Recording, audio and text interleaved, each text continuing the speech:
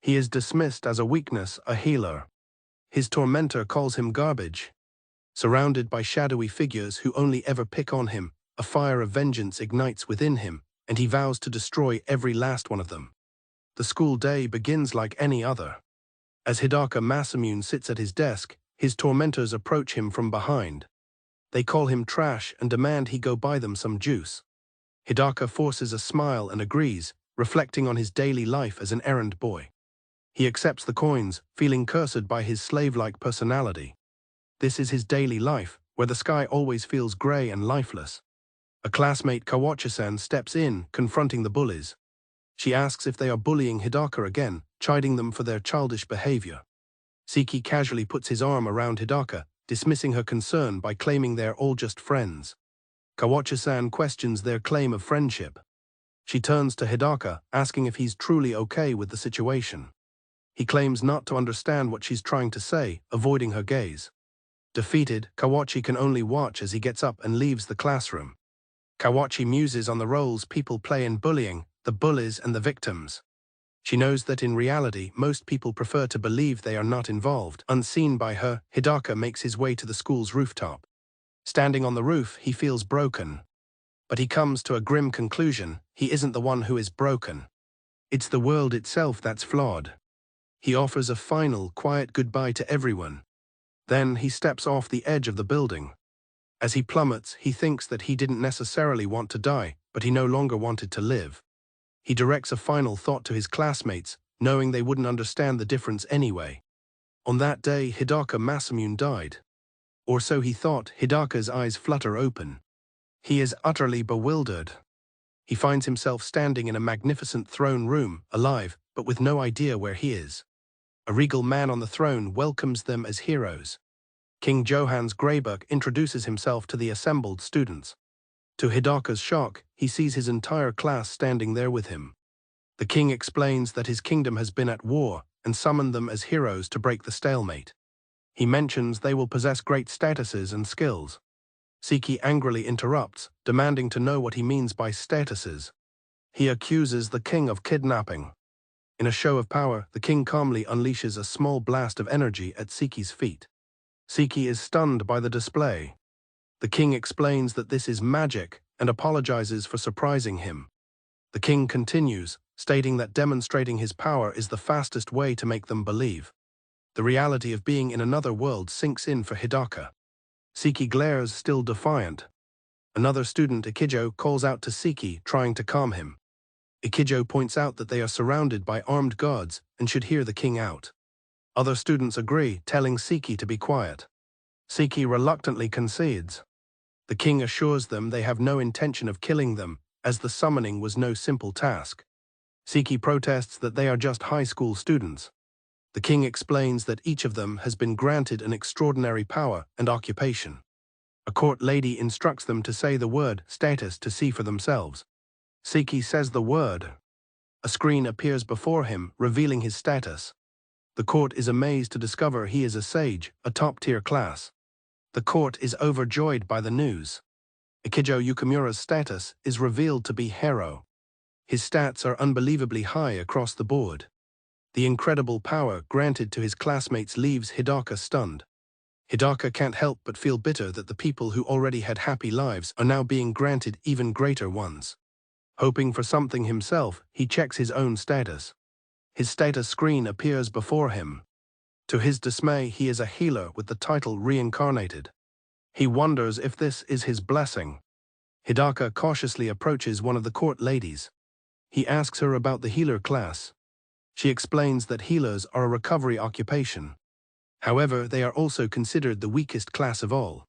The word weakest echoes in Hidaka's mind, and his world shatters once again. Siki immediately seizes the opportunity to mock Hidaka, smacking him on the head and calling him the weakest. Kawachi scolds Siki for his behavior. Ikijo also intervenes, telling Siki he's gone too far. An old advisor notices something odd and asks Hidaka why he is the only one with the reincarnated title. Hidaka hesitantly begins to explain. Sweating, he admits that he jumped and fell from the roof. The advisor seems to understand the gravity of the situation. A court lady then steps forward to continue her explanation for the class. She announces that they will all be enrolled in a school to train their new powers. The students are then led toward a teleportation circle to the dormitories. Siki continues his taunts, remarking that Hidaka is still garbage.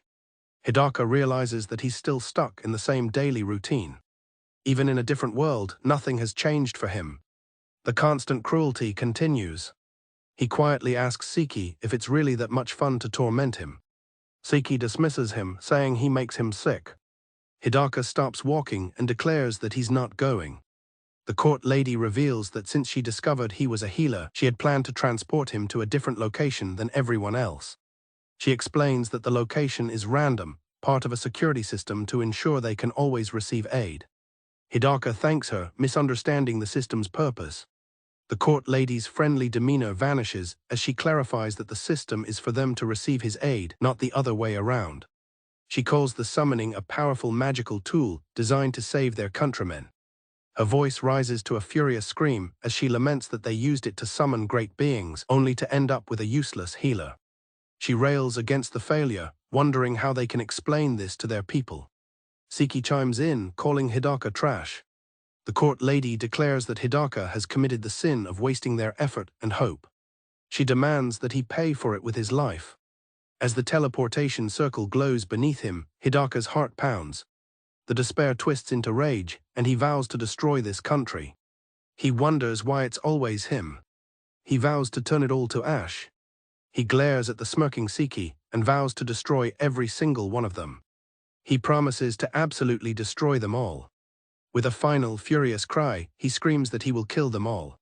The light of the teleportation circle engulfs him. Hidaka finds himself in a dark, desolate place. He walks endlessly through the oppressive blackness. He finds himself in a cave, wondering where he is and how long he's been walking. He checks his status again, confirming his weak stats. But this time a new entry appears, Otherworld Obsession Syndrome, a disorder affecting those who longed for another world. A slow, twisted smile spreads across his face. He realizes this so-called sickness might be his greatest weapon. He is now surrounded by treasure chests. He doesn't know how long he's been wandering, but he eyes them suspiciously, wary that one might be a dangerous mimic. He opens the chests one by one, only to find them all empty. Deciding to investigate, he begins opening them. Inside the last one, he discovers a small, ornate bottle. He examines it, wondering if it could be poison, though it doesn't seem like it. Startled, Hidaka calls out into the darkness as a mysterious voice echoes through the chamber. It tells him to drink the potion if he desires more power, urging him to consume every last drop. He clutches his head, wondering if he's imagining the voice's offer. He recalls how he often wished for a chance to live in a different world. He uncorks the bottle. Convinced that this new world is his second chance, Hidaka decides the gamble is worth taking. He drinks the entire potion. He then smashes the empty vial on the stone floor. His fate already feels sealed. Nothing could be worse than dying in this maze. With that thought, he had accepted the potion's gamble. The scene shifts to the National Academy in the Kingdom of Greyberg. A group of students admire a beautiful girl named Eri-san. Siki comments that a beauty like her must have a dangerous side, like a rose with thorns. Another classmate warns him to be careful, reminding him of what happened to Hidaka. Kawachi overhears them talking about Hidaka-kun and confronts Siki, asking if he really finds the story funny. Siki scoffs at her perceived softness. The other boy angrily tells him to stop chattering about it. The boy then turns his attention to Kida-kun. He accuses him of just standing by silently while Hidaka was being bullied. Kida quietly denies that he bullies anyone. Another student defends Kida, telling them to stop. He argues that everything is already done and Hidaka will never come back. The conversation concludes with the chilling thought that Hidaka must be dead by now. Back in the maze, Hidaka stirs. He realizes he must have fainted from the excruciating pain of the potion, but strangely, he doesn't feel any different. He notices his vision seems to have improved and wonders if that was the potion's only effect.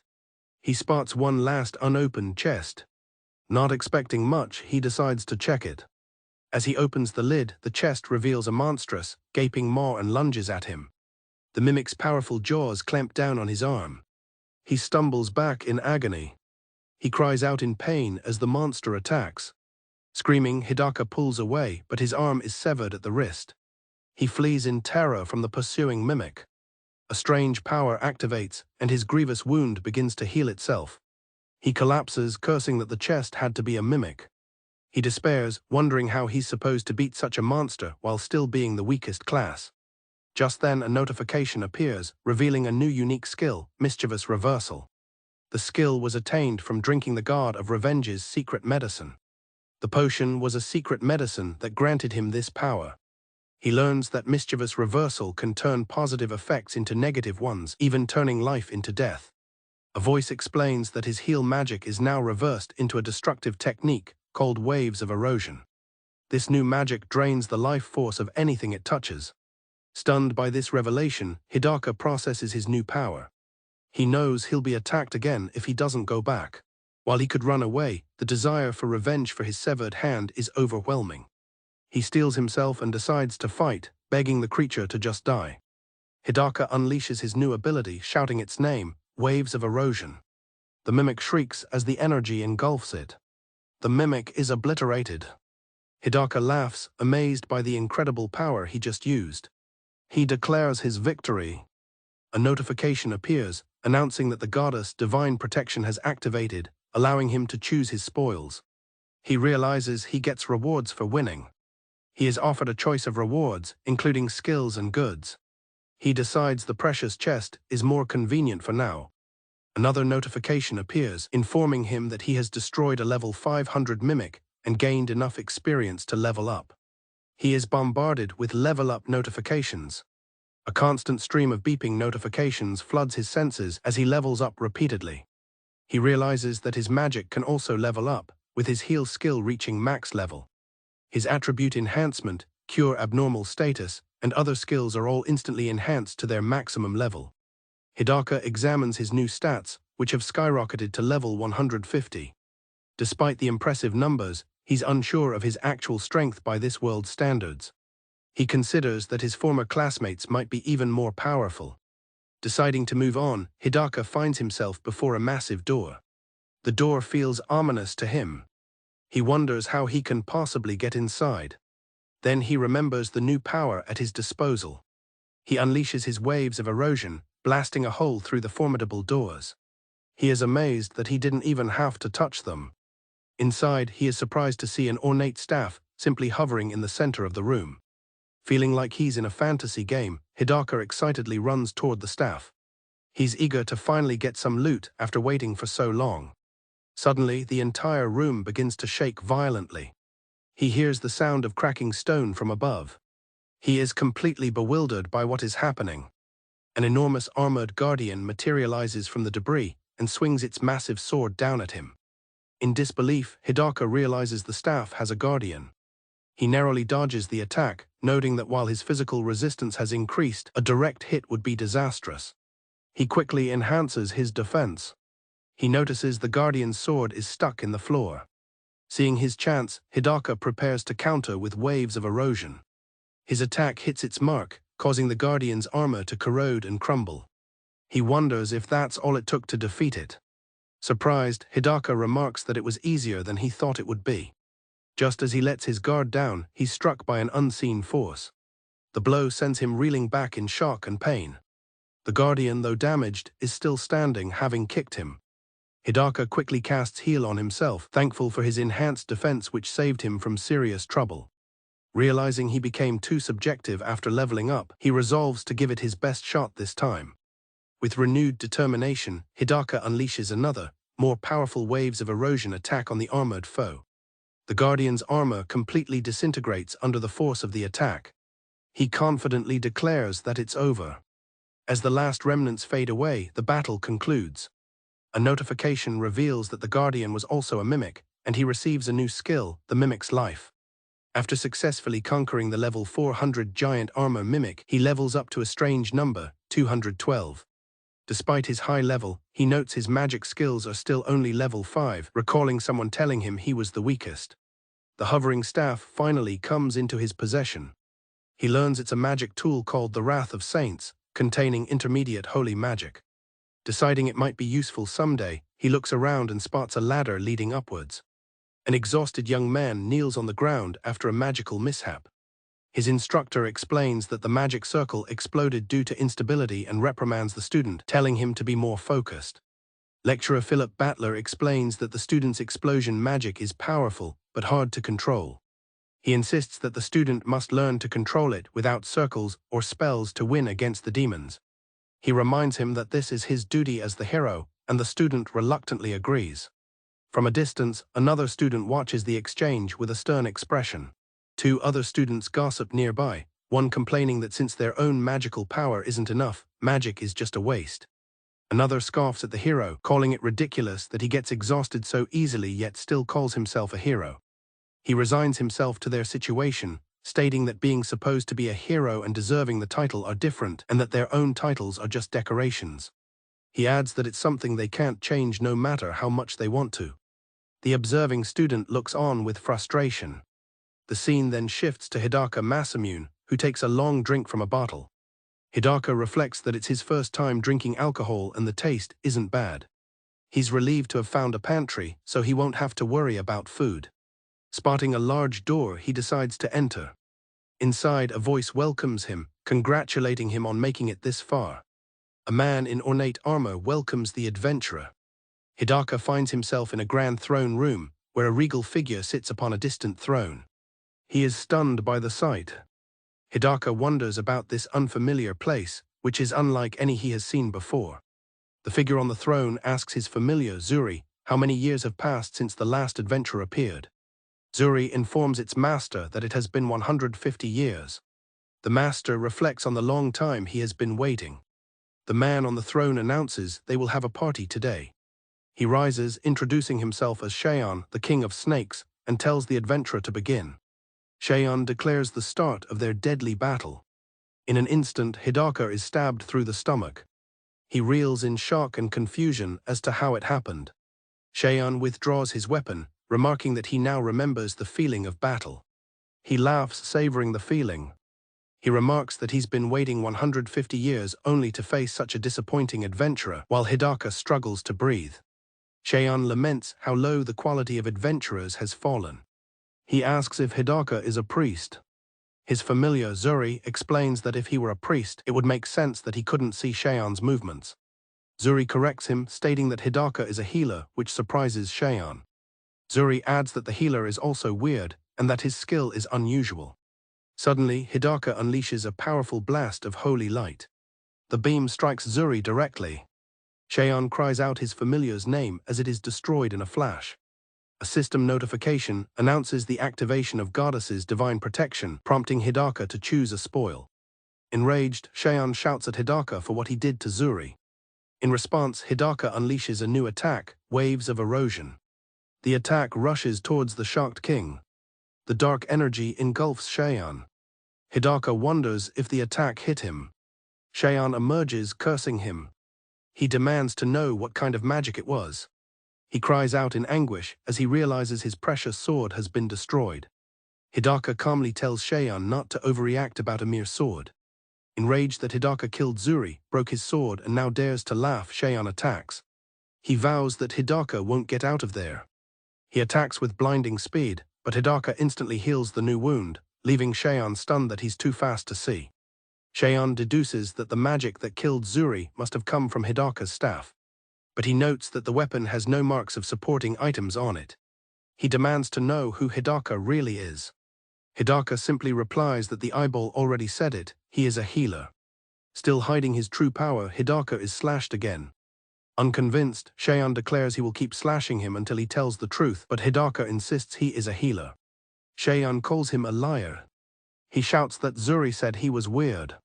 He accuses him of killing Zuri to stop it from revealing the truth. Hidaka finds he can't completely recover from the attack. Cheyenne yells that there's no way a healer can use offensive magic and that he must be hiding something else. Gritting his teeth, Hidaka once again insists he is a healer. Cheyenne grows increasingly frustrated, pointing out that Hidaka refuses to tell the truth or even give his name. When asked for his name, Hidaka wonders if Cheyenne would even believe anything he says. He recalls being called a neat, a title he considers better than healer. With newfound resolve, he declares to Cheyenne that he is neat. Hidaka decides that from now on, his name will be Neat, and he vows to make the name famous and get revenge on everyone. Cheyenne mishears him, asking if his name is Nit. Neat angrily corrects him, shouting that it's Neat. When Cheyenne asks again who and what he is, Neat exasperatedly repeats that he's a healer. Having had enough, Cheyenne says nothing and simply attacks. Neat tells Cheyenne that he's bored. Neat is caught off guard as he is brutally slashed across his entire body. Gravely wounded, Neat despairs. Standing over the fallen Neat, Cheyenne declares that it's over. He wonders if he's going to die like this, having not yet done anything he set out to do. As Neat lies on the verge of death, he unleashes another wave of erosion. The attack strikes Cheyenne, who is caught completely by surprise. Cheyenne falls to the ground, admitting he still had the strength to use magic. He admits that after 150 years, he was the one who had grown weaker. Neat mockingly asks if he should be thankful for these generous words after being beaten so badly. Lying on the floor, the defeated king addresses Neat, advising him to hide his identity from now on. Neat asks what he means. Cheyenne explains that as the king of snakes, he was once widely known throughout the kingdom, yet he was unbelievably defeated. He finally believes that Neat is a healer. He warns him that having such powerful magic with a low-grade occupation will make him a target for everyone who desires that power. Cheyenne elaborates that since a person with a low-grade occupation is supposed to be weak, hiding his identity is the better choice. He says this world rejects idiots. Neat asks if he can ask him something. As a gift for defeating him, Cheyenne offers to answer one question for Neat. Neat asks if Cheyenne has ever heard of the god of revenge. Neat then informs the defeated king that he has made up his mind to become the god of revenge himself.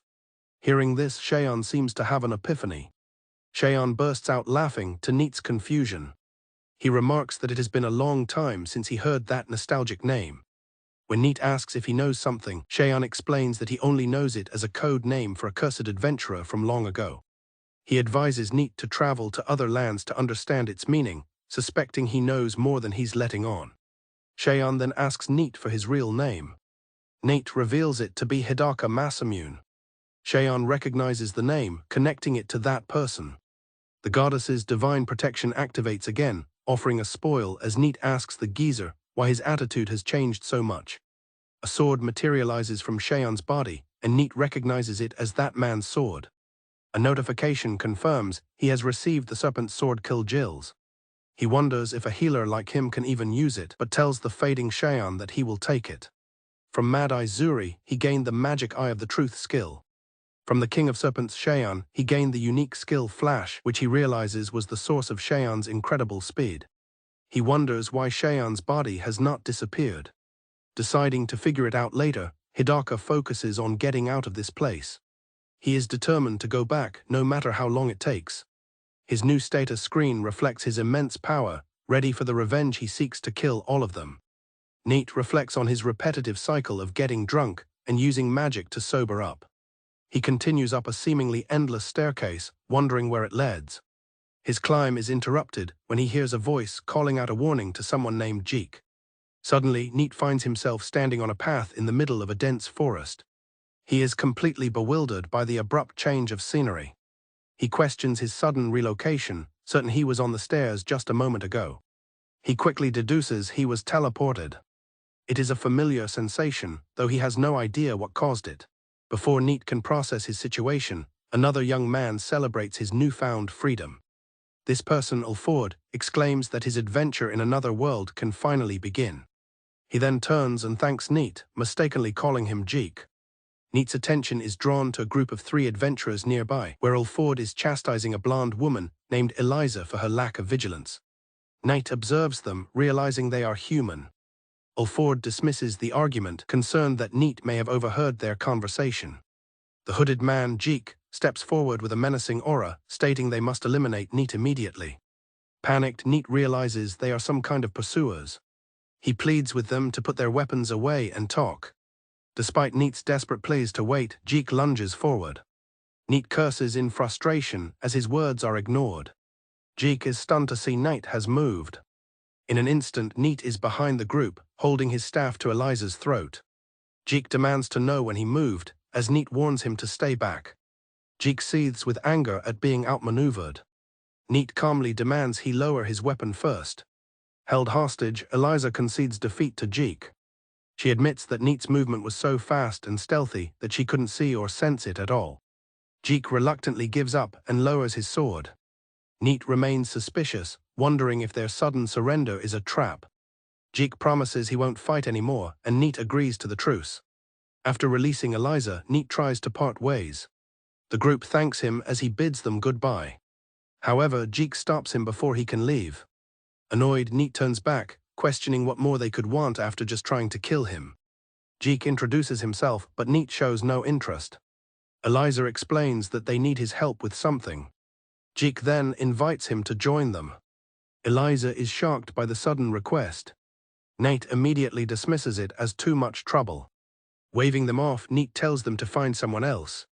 He suddenly unleashes a powerful barrage of fireballs. The spells explode all around the startled trio. Neat demands to know if they're crazy and tells them to stop. Jeek prepares a counterattack.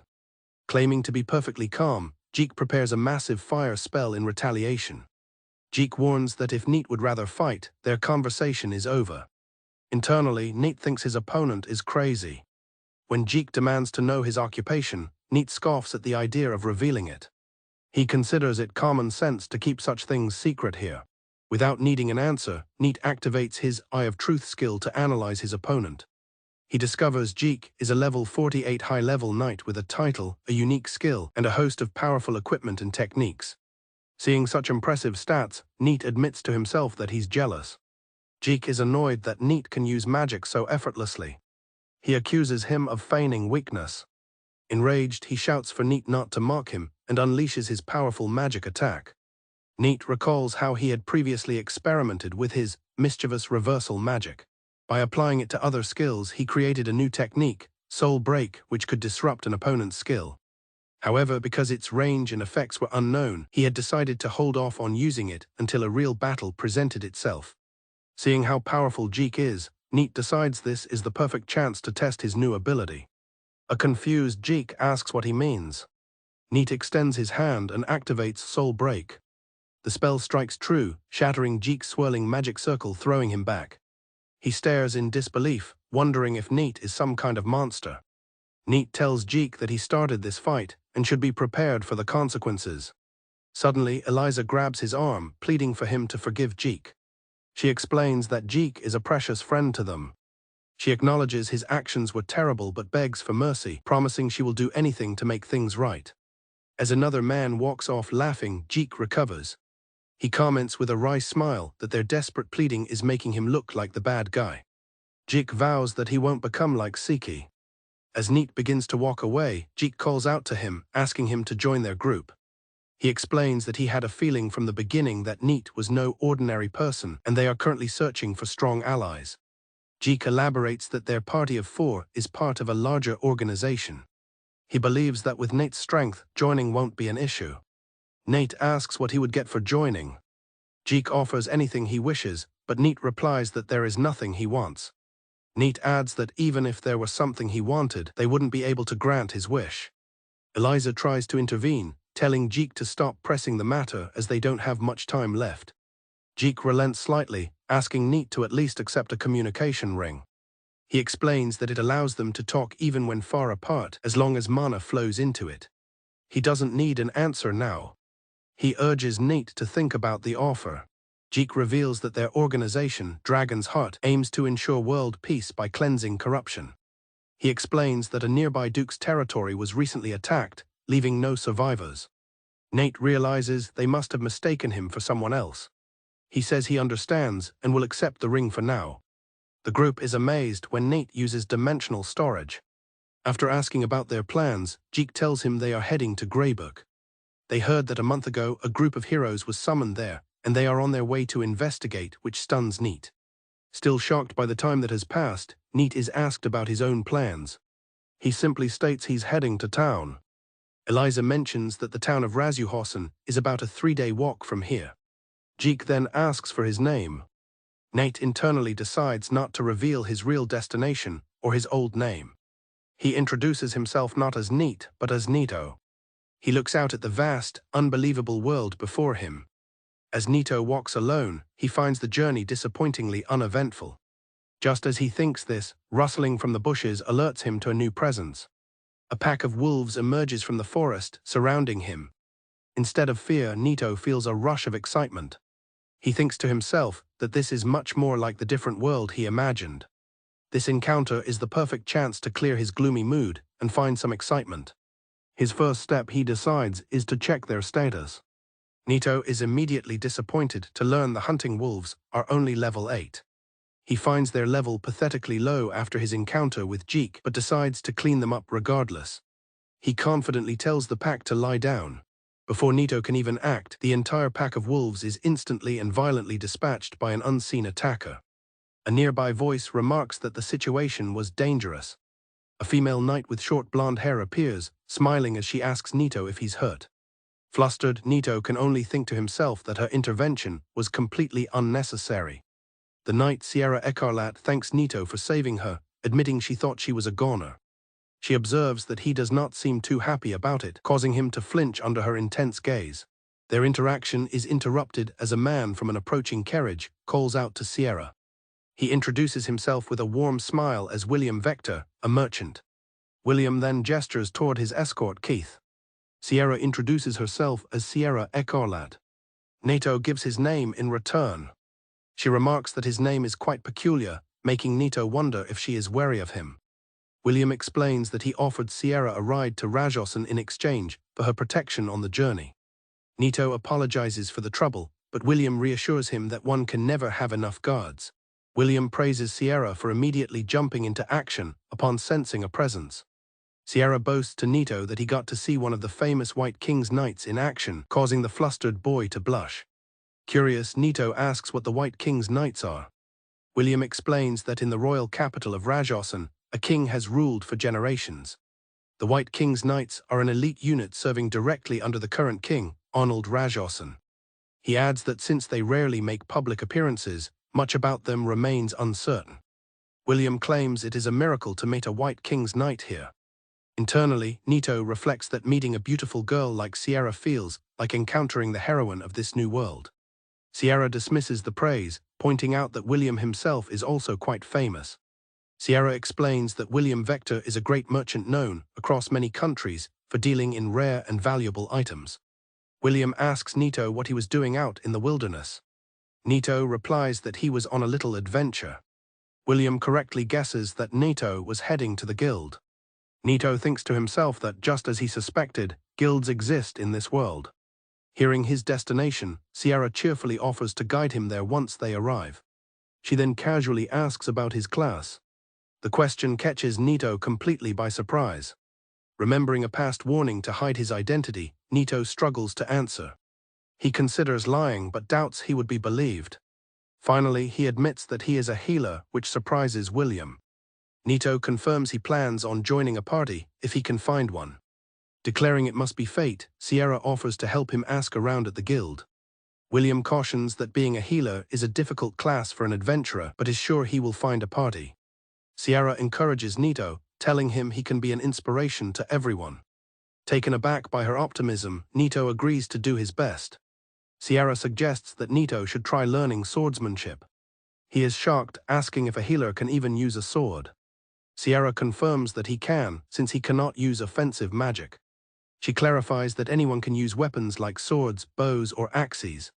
Nito realizes his class does not have to define everything about him. Nito asks if he could cast spells like Fireball or Lightning Strike, but William tells him that would be difficult. He clarifies that sorcerers who use offensive magic and healers who use support magic have different natures of magic powers.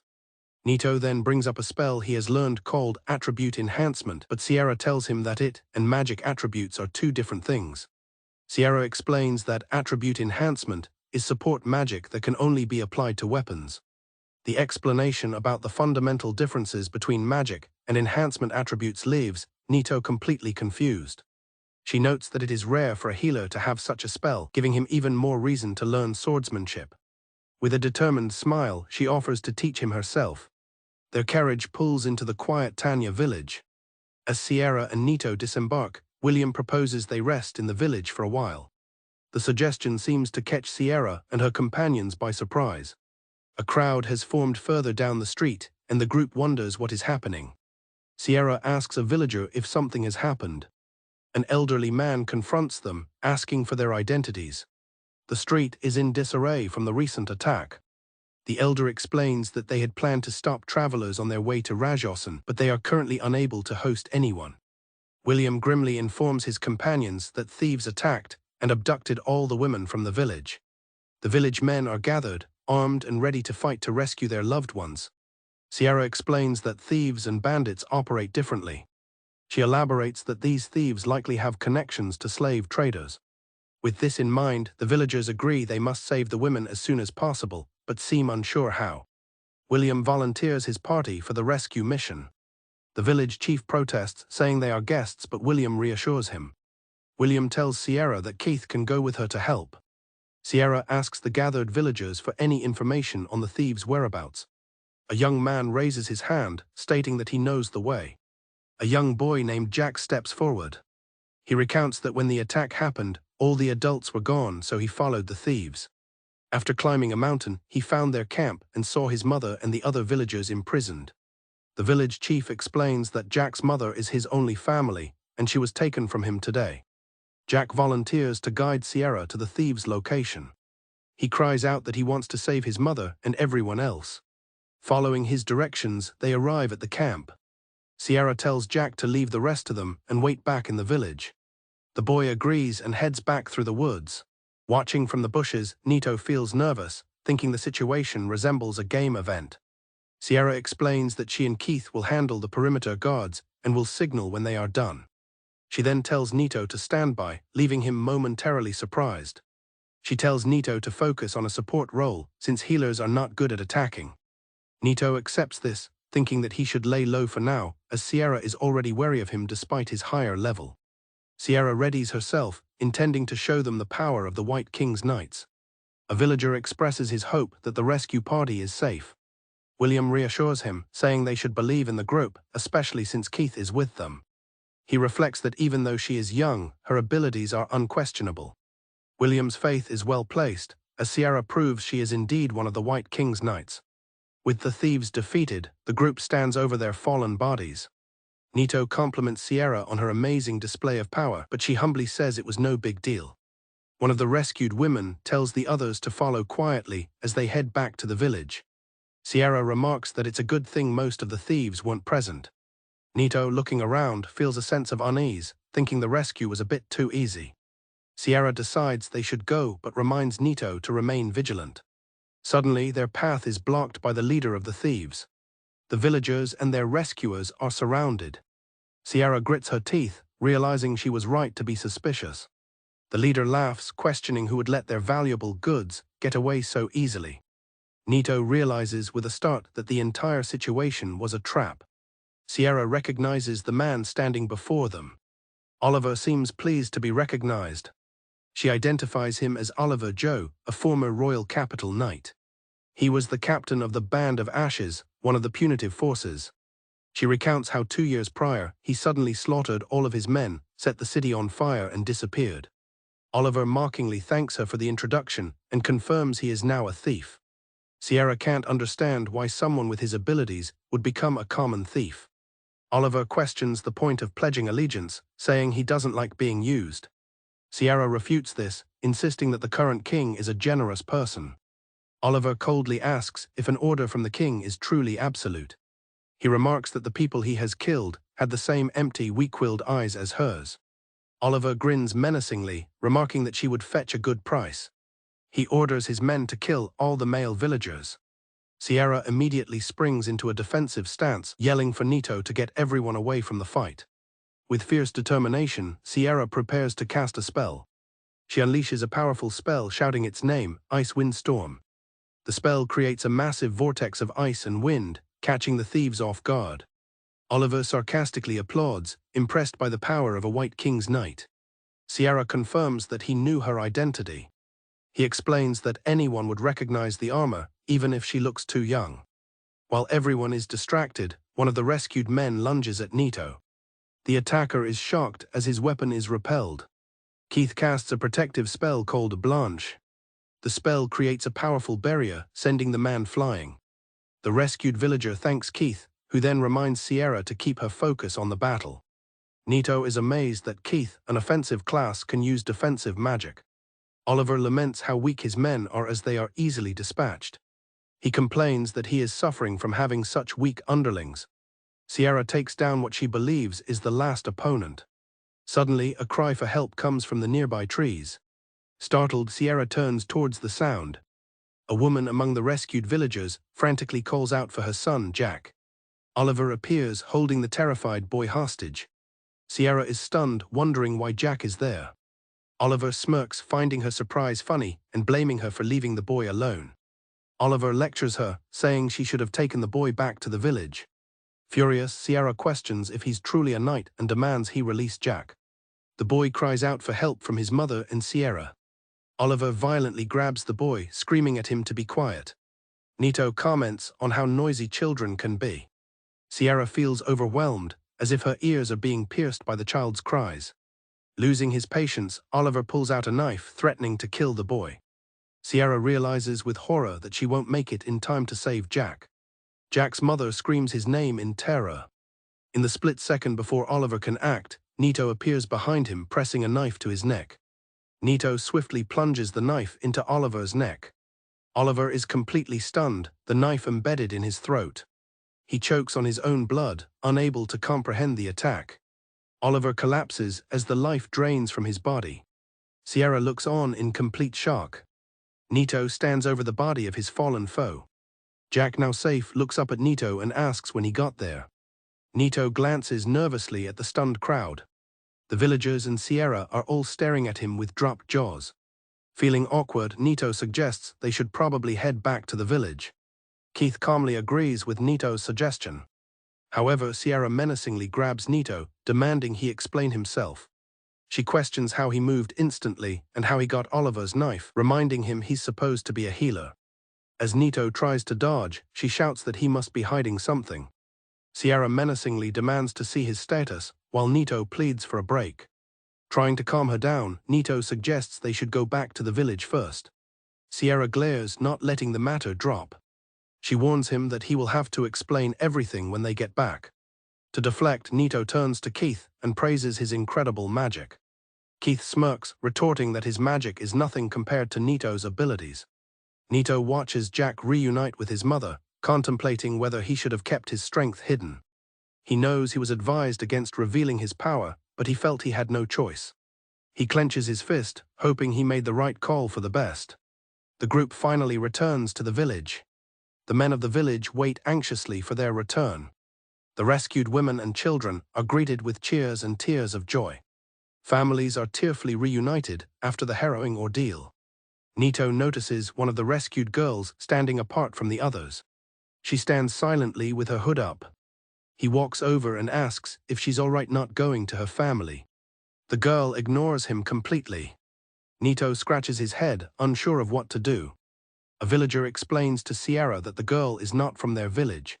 She elaborates that the girl was already in the cage and has remained silent despite their attempts to talk to her. Sierra asks Nito if there's something wrong. Sierra surmises that the girl is probably just scared. She gently tells the girl that everything is all right now and that she will take care of her. Sierra tells the girl not to worry, as they will help her get home from the capital city tomorrow. Nito bluntly tells her she can leave on her own if she prefers. He then considers the possibility that she might not know how to get back. He offers to take her there himself if she needs help. Sierra whispers to Nito, chiding him for his lack of gentleness.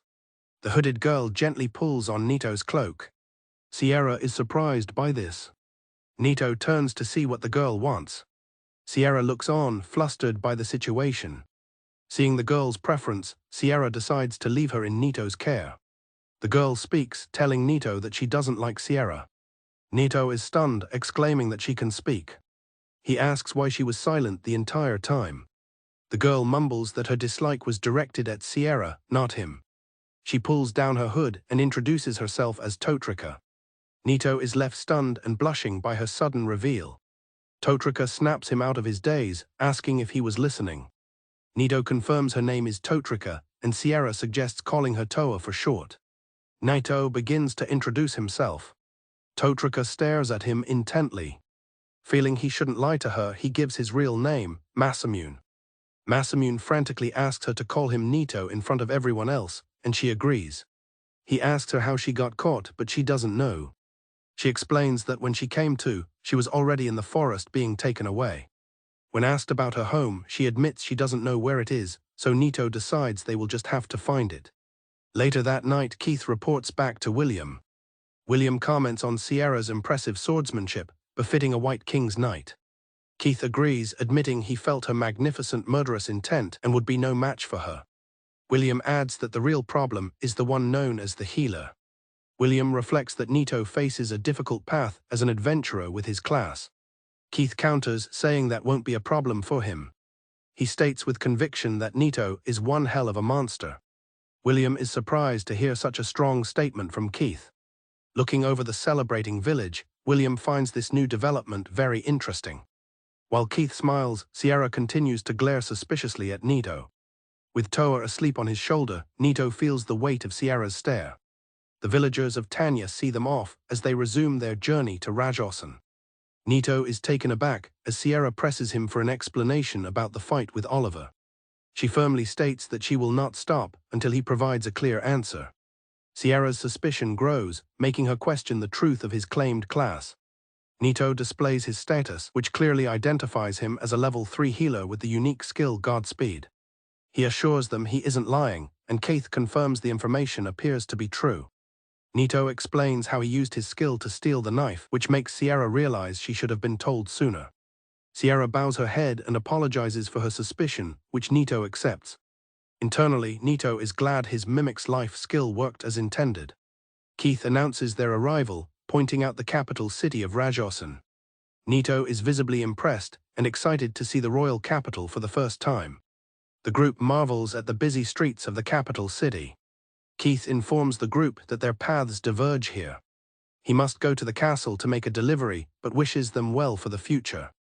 Nito respectfully thanks Keith for his help and the transportation. Sierra suggests that they head to the guild. They soon arrive at the large and ornate guild hall. The interior is a bustling tavern, full of adventurers eating, drinking, and socializing.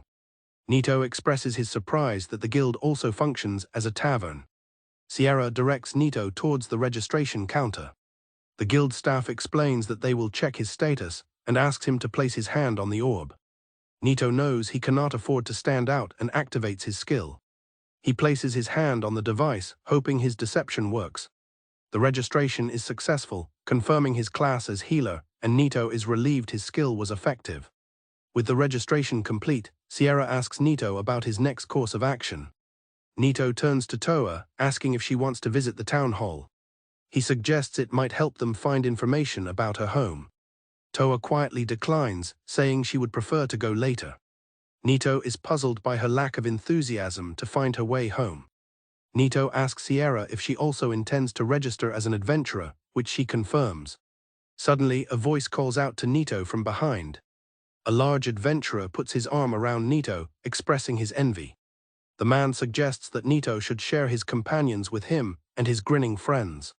Nito calmly refuses, stating that Sierra and Toa are his friends. The man grows angry and demands that Nito abandon his friends. The surrounding crowd begins to jeer, telling the young healer that adventuring isn't for kids. The other C-grade adventurers offer to look after the girls for him. Sierra admonishes the man for his rude behavior. He drunkenly invites the girls to hang out with his group instead. Suddenly, a group of knights enters the guild, calling out Sierra's name. A knight named Annette rushes to Sierra, expressing her relief at finding her safe.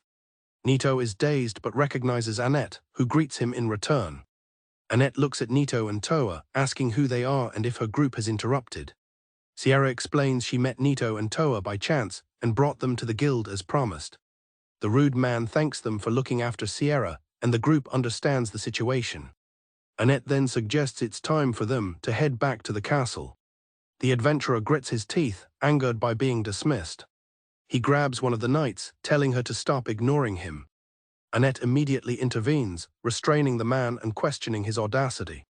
As the knights prepare to leave with Sierra, the crowd comments on the C-grade adventurer's weakness.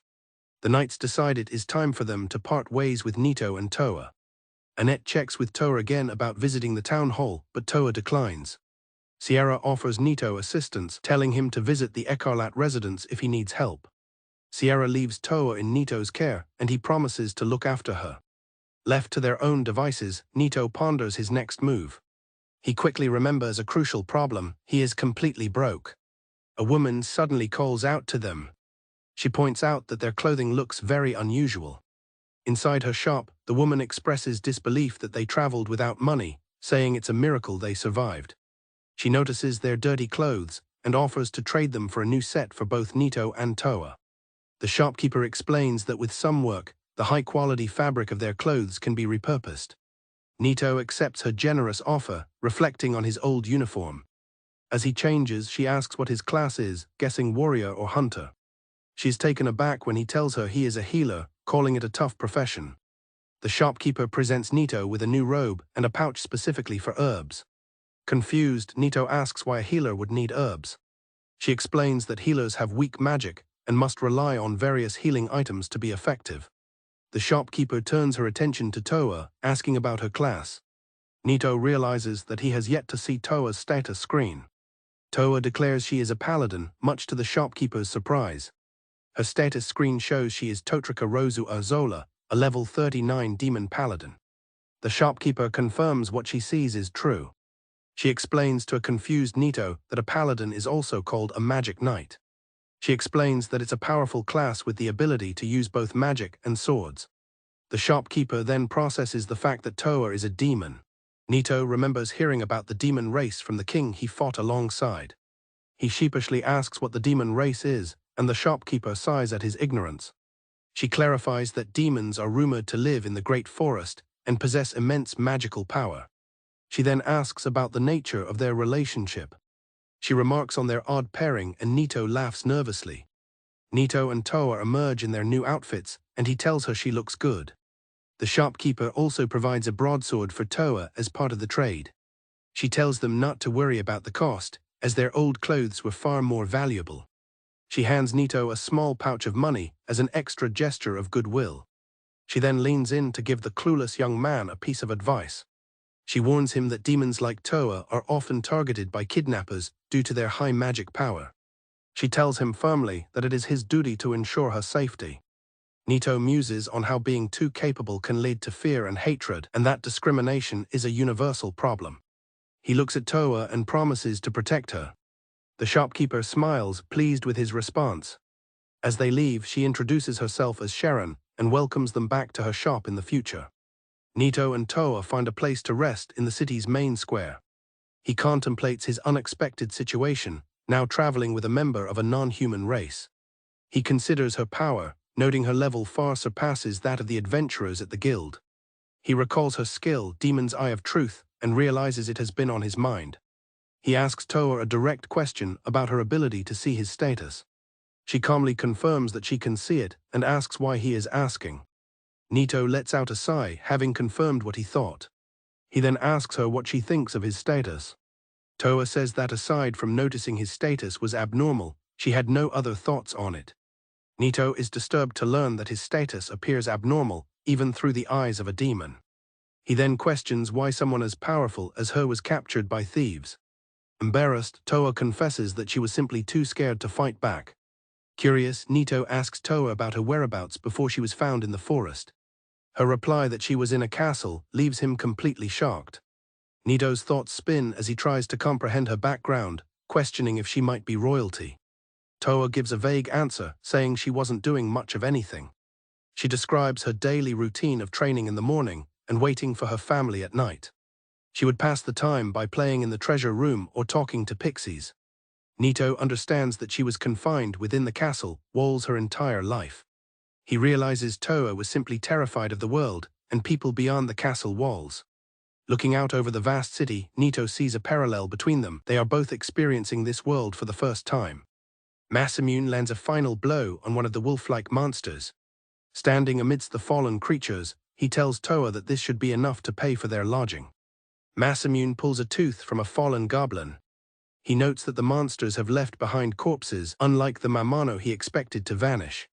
Toa clarifies that creatures only vanish in dungeons and that goblins are considered monsters, not mamano. She explains that mamano are intelligent and can speak, leading Masamune to understand the difference. Masamune and Toa arrive at the bustling Adventurers Guild. At the counter, the receptionist confirms he has turned in 10 goblin teeth and gives him his payment. Masamune notes their fatigue, and a yawning Toa agrees they should find an inn to rest.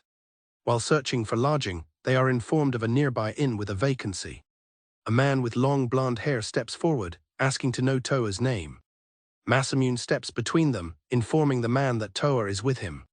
The man asks if Masamune is a new adventurer, to which he confirms he just started. The man scoffs, realizing Masamune is a newbie, and that's why he doesn't recognize him. He questions why a new adventurer would start with a goblin extermination quest. Masamune grows irritated, wondering if everyone around here is an eavesdropper. The man remarks on the difficulties of being an adventurer, prompting them to try and leave. He continues, noting that low-rank missions don't pay well. Masamune sighs, finding the man persistent. He tells the man not to worry about them, but the man is undeterred. The man dismisses Masamune, stating he is talking to the lady. Fed up, Masamune tells him to shut his mouth. The man boasts that if Toa joins him, she can hunt much more impressive prey than mere goblins. A man at a nearby table recalls seeing Masamune arguing with someone earlier. He points out to his companion that Masamune is a healer. The man laments that Masamune's journey has ended before it began, assuming he'll be staying in a cheap inn. He puts his arm on Toa's shoulder, claiming he can give her much more. Masamune sees that the man has ulterior motives and decides the situation isn't worth his energy. He turns to leave, calling for Toa to come with him. Toa seems surprised that he called her by name. Suddenly, a bolt of lightning strikes the man, electrocuting him on the spot. The man is left smoking and twitching from the electric shock. The guild receptionists look on in horror. The other adventurers in the room are stunned into silence. Toa watches the aftermath with a stern expression. Masamune calls out to a stunned Toa. She turns to look at him as he approaches. He takes her by the wrist and tells her they are going. The man on the floor weakly calls out as they depart. Masamune calls out to Toa, asking her to wait. She stops walking ahead of him in the alley. She turns slightly and quietly asks why. He asks why she didn't talk back to the man. He reminds her that she's strong enough to have dealt with him. Toa explains that is precisely the reason she did nothing. She knew he wasn't worth bothering about and chose to ignore him to avoid a scene.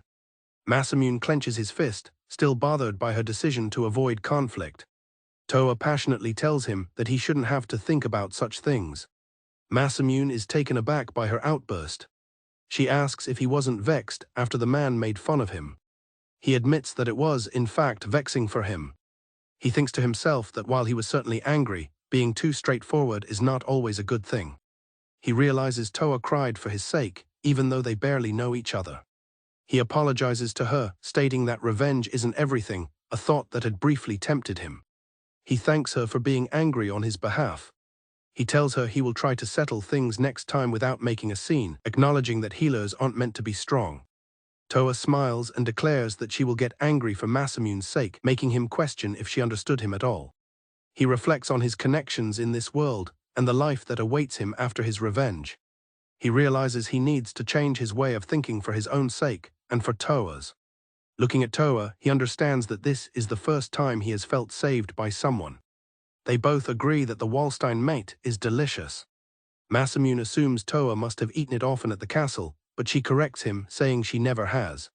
She explains that her mother provided her with special food, meant to boost her magical powers. Masamune finds himself growing more curious about Toa's past. Toa, enjoying the food, believes it will make her stronger and feels motivated to work hard for it. Seeing her happy, Masamune is glad. He suggests they take on a quest with a larger reward the next day, an idea Toa readily accepts. After Toa enjoys a relaxing bath, she and Masamune settle into their room. Masamune comments on their good fortune in securing a room at such a popular inn. Masamune offers to take the floor, letting Toa have the bed. Toa, however, suggests he simply sleep on the other side. She tells him to come up, warning he will catch a cold on the floor. Flustered, he makes an excuse about tossing around in his sleep. She reassures him, saying that she does not mind and that she trusts him. After some hesitation prompted by Toa's question, Masamune reluctantly gets into the bed. They awkwardly wish each other a good night as the candle flame flickers out. Lying back to back, Masamune finds himself unable to fall asleep. Suddenly, Toa's voice breaks the silence, asking if he is asleep yet. Startled, he blurts out that he is still wide awake.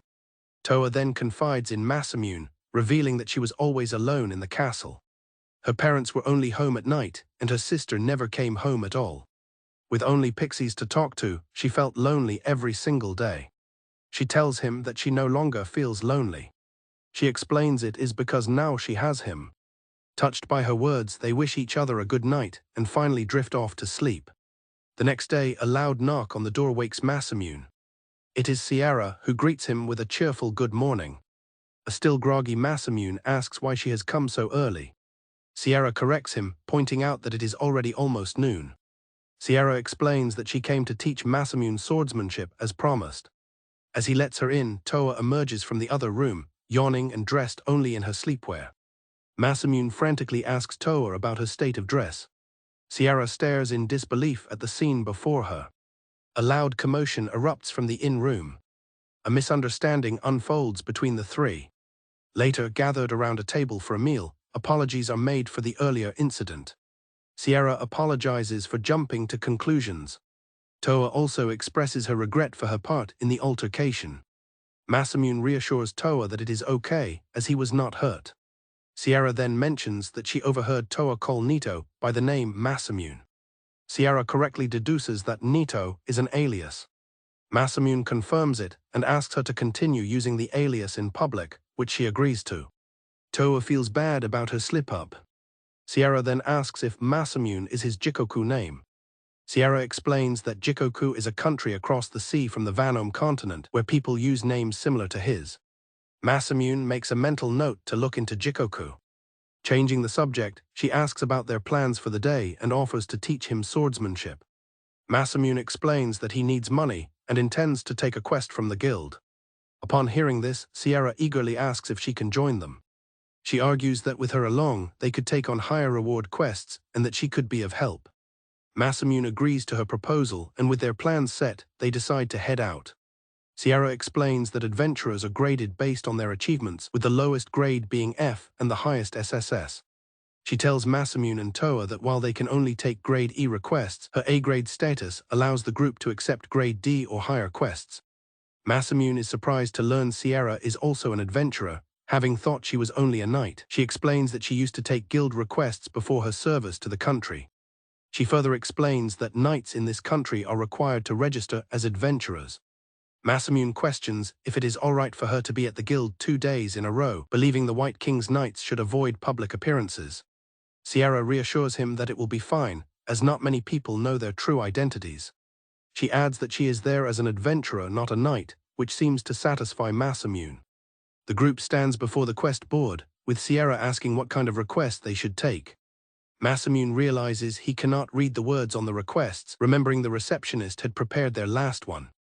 He points to a poster featuring a drawing of a monster and asks what it is. Sierra explains that the creature is a kellain, a huge beast with 2 horns that lives in the forest. Decisively, Masamune declares that they will take this quest. After accepting the quest, Sierra asks if they can visit a store across the street, and Masamune agrees. The group enters the nearby shop. The shopkeeper greets Sierra, asking if she is on her day off. Masamune explains they are heading to the forest to hunt a kellain and need to stock up on medicine. The shopkeeper offers a medicine that protects one's hearing. Sierra explains to Masamune that a kellain's voice can paralyze its victims, making the medicine essential. Upon closer inspection, the shopkeeper recognizes Masamune as the healer and Toa as the paladin from before, much to Sierra's surprise. Toa is taken aback, questioning why she was called a paladin. The shopkeeper realizes her mistake and covers her mouth. Later, as they walk to the Grill Forest, Masamune is still pondering the fact that Toa is a paladin. Sierra explains that the paladin class is extremely rare, with only one person in the country possessing it. Masamune nervously asks if it is wise for her to share such information so freely. Brushing off his concern, Sierra says it should be fine and urges them onward, leaving Masamune to regret revealing his real name to her. Suddenly, a noise from the path ahead brings the group to a stop. They find a group of injured adventurers, and Sierra asks if they are all right. She approaches them and asks what happened. One of the adventurers explains that they had gone into the forest to hunt orcs. He says it was the same old forest at first, but Masamune notices his voice is shaking. He explains that suddenly not only goblins appeared but also orcs. Then even the hunting wolves began to run away in fear. Another adventurer regrets that they didn't turn back at that point. Toa realizes they must have seen a kellain. The adventurer describes how strange the creature looked when they saw it. The adventurer recalls that the creature's entire body was shining. He insists that although he knows what kellains look like, this one was not normal. Sierra asks with a serious expression if it looked like it was covered in grains of light. The other adventurers confirm her description. A horrifying screech echoes through the forest, causing a flock of birds to flee. Masamune and Toa are startled by the sudden noise. Sierra looks on in alarm. One of the injured adventurers screams in terror. The injured adventurer points in fear, identifying the creature. The massive, glowing kellain appears, and the adventurers realize it must have been following them. Sierra shouts for the injured party to escape while they handle the beast. The creature lets out a powerful roar. Masamune observes the beast, thinking to himself that it is a kellain. However, he quickly realizes something is different. Sierra corrects him, stating that it is a newt kellain. Sierra reminds Masamune of the guild grades, explaining that monsters are graded in the same way. She explains that defeating a kellain is a grade A request, as the monster itself is grade B. However, she clarifies that a newt kellain is a genuine grade A monster because of its ferociousness and the wide range of its strange voice. This makes it a monster that would be classified as a dangerous request. Sierra asks if they are both all right. Masamune confirms he is fine and Toa says she feels okay. Sierra admits that she thinks her mana circulation has become unstable after being hit by the creature's voice. She thinks about Masamune's ability, which she has only witnessed for a moment. She turns to Masamune and asks if she can leave it to him if something goes wrong. Masamune steps forward, assuring his companions that the level 32 newt kellain is not a problem. He tells his companions that they should leave it to him. He then instructs Toa to support Sierra, who readily agrees. Sierra grips her weapon tightly. With determination, Sierra announces she will attack first. She casts a spell, Ice Flash. Sierra leaps into action, creating a formidable ice greatsword to launch her assault on the beast. Sierra wonders if the creature is immune to weapons. Her powerful ice attack shatters upon impact, failing to even scratch the newt kellain. Straining against the creature's defense, Sierra realizes its hide is incredibly hard. The lightning spell strikes the beast head-on. Seeing Sierra's attack fail, Toa steps in, unleashing a powerful lightning spell. Toa is shocked when her magic has no effect. Sierra observes that the newt kellain controls magic particles with its antlers. Realizing this is the key, Masamune declares they must destroy its antlers first. He quickly shouts for Toa to look out. The creature unleashes a massive beam of light, carving a deep trench through the forest landscape. Knocked back by the force of the blast, Toa wonders what kind of attack could cause such destruction. As the newt kellain prepares to fire another beam, Sierra declares she will not allow it. Toa watches in amazement as Sierra summons two magic circles simultaneously. She unleashes a powerful lightning howl attack. The powerful magic dissipates harmlessly against the beast. Sierra can't believe they still can't damage it. Masamune realizes this is not a matter of brute force. He theorizes the creature's invulnerability must have a gimmick related to its control of magic particles, perhaps something similar to his own soul break ability. Masamune tells Toa he noticed the light around the creature vanished for a moment when it fired its beam, creating an opening. Worried, Toa asks what will happen if he gets hit. She offers to be a decoy, but he says he will go ahead on the next one. Masamune reassures her, saying it's okay and that he will finish it quickly. As the newt kellain prepares to attack again, Masamune charges forward, leaving a surprised Toa behind. He activates his soul break ability. He reaches the now vulnerable creature. Masamune firmly grips its antlers. With a surge of power, Masamune shatters the newt kellain's antlers. The beast lets out a deafening roar of pure agony. Its defense is broken. A stunned Toa asks what he just did, and Masamune explains that he broke the antlers and believes the beast can no longer block their attacks. He then asks to handle the rest himself, as there is something he wants to try. As a dark aura surrounds him, he makes Toa promise to keep everything she saw that day a secret. Back at a castle, a guard reports to his superior that a kellain surrounded by particles of light has been discovered in the Grill Forest. The superior calmly asks about the informant. The guard explains that 4 wounded adventurers made the report. He adds that 3 others, a man and 2 women, are still fighting it. The superior's interest is piqued when the guard mentions one of the women has silver hair and a rapier. Understanding the situation, he acknowledges the report. He instructs the guard to inform Raid and Hilda. Reinhardt Rickman, the leader of the White King's Knights, realizes that it is Sierra who is battling the Newt Kellain. In the forest, Toa stares in horror as a dark power emanates from Masamune. 2 days prior, Masamune reflected on a recent event. After everyone in Tanya village had gone to sleep, he had gone to check on Oliver's status. He discovered that Oliver was a fire magic user, but realized that even if he acquired elemental magic, he wouldn't be able to use it. It was a message. A notification appeared before him. Masamune thought it looked like a quest announcement. The message detailed Oliver's tragic past. He had become a knight for his wife Anna and was promoted to a leadership position. However, upon returning from a battle, he discovered his wife had become a thief and was killed while stealing. Oliver fell into despair as his own men mocked him. Masamune understood that this story was connected to the king's assassination. Masamune wondered why Oliver would accept an assassination order. As he pondered, a notification informed him that he had acquired a new magic, Hellfire.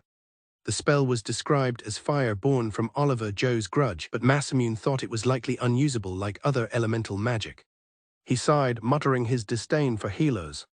An idea struck him. He considered that if he reversed the magic using its opposite element, water, he might be able to use it, deciding it was worth a shot. He activated the skill Mischievous Reversal through God of Revenge's Mischief. A notification confirmed that the magic Hellfire was undergoing a change. The Hellfire magic was successfully reversed, transforming into a new ability called Goddess Bloody Tears. The Newt Kellain writhes in agony. A strange, dark power envelops Masamune, who feels unlike his usual self. Toa points in shock at the transformation taking place. A mysterious, ethereal woman with dark eyes and long, sharp nails manifests from the dark energy. Toa and Sierra watch in stunned silence as this new entity appears and attacks the Newt Kellain. The entity fixes its gaze on the beast. Dark, bloody tears begin to fall from her eyes. The tears strike the Newt Kellain, causing it to cry out in pain. As more tears rain down, the entity's assault intensifies. The Newt Kellain screams in agony, its body dissolving under the powerful magic.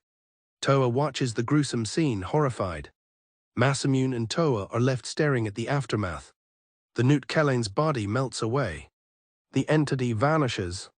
All that remains is a large, dark puddle on the forest floor. Toa asks if it's over, and Masamune, the dark smoke dissipating from his hand, confirms that it is. He notes that the strange feeling he had before is now gone. He seems to snap back to reality. Masamune senses someone approaching and tells Toa they need to run before they're discovered. Toa agrees. He turns to Sierra, asking to leave the rest to her since he doesn't want to be found. Sierra asks if he means everything that just happened. Masamune tells her he showed her everything because he trusts her, and how she handles the situation is up to her. Masamune tells Toa they'll meet again in the capital and that he'll inform the innkeeper of their location. As they depart, Sierra is left alone. She stands in the corrupted forest, pondering who Masamune truly is. A group of knights arrives on horseback. Their leader, Reinhardt, states that according to their information, this is the place. The White King's Knight, Raid Black, eagerly anticipates a good fight. He then taunts his fellow knight, Hilda Ekarlat, about her sister Sierra being in danger. Reinhardt suddenly halts. He senses something is off.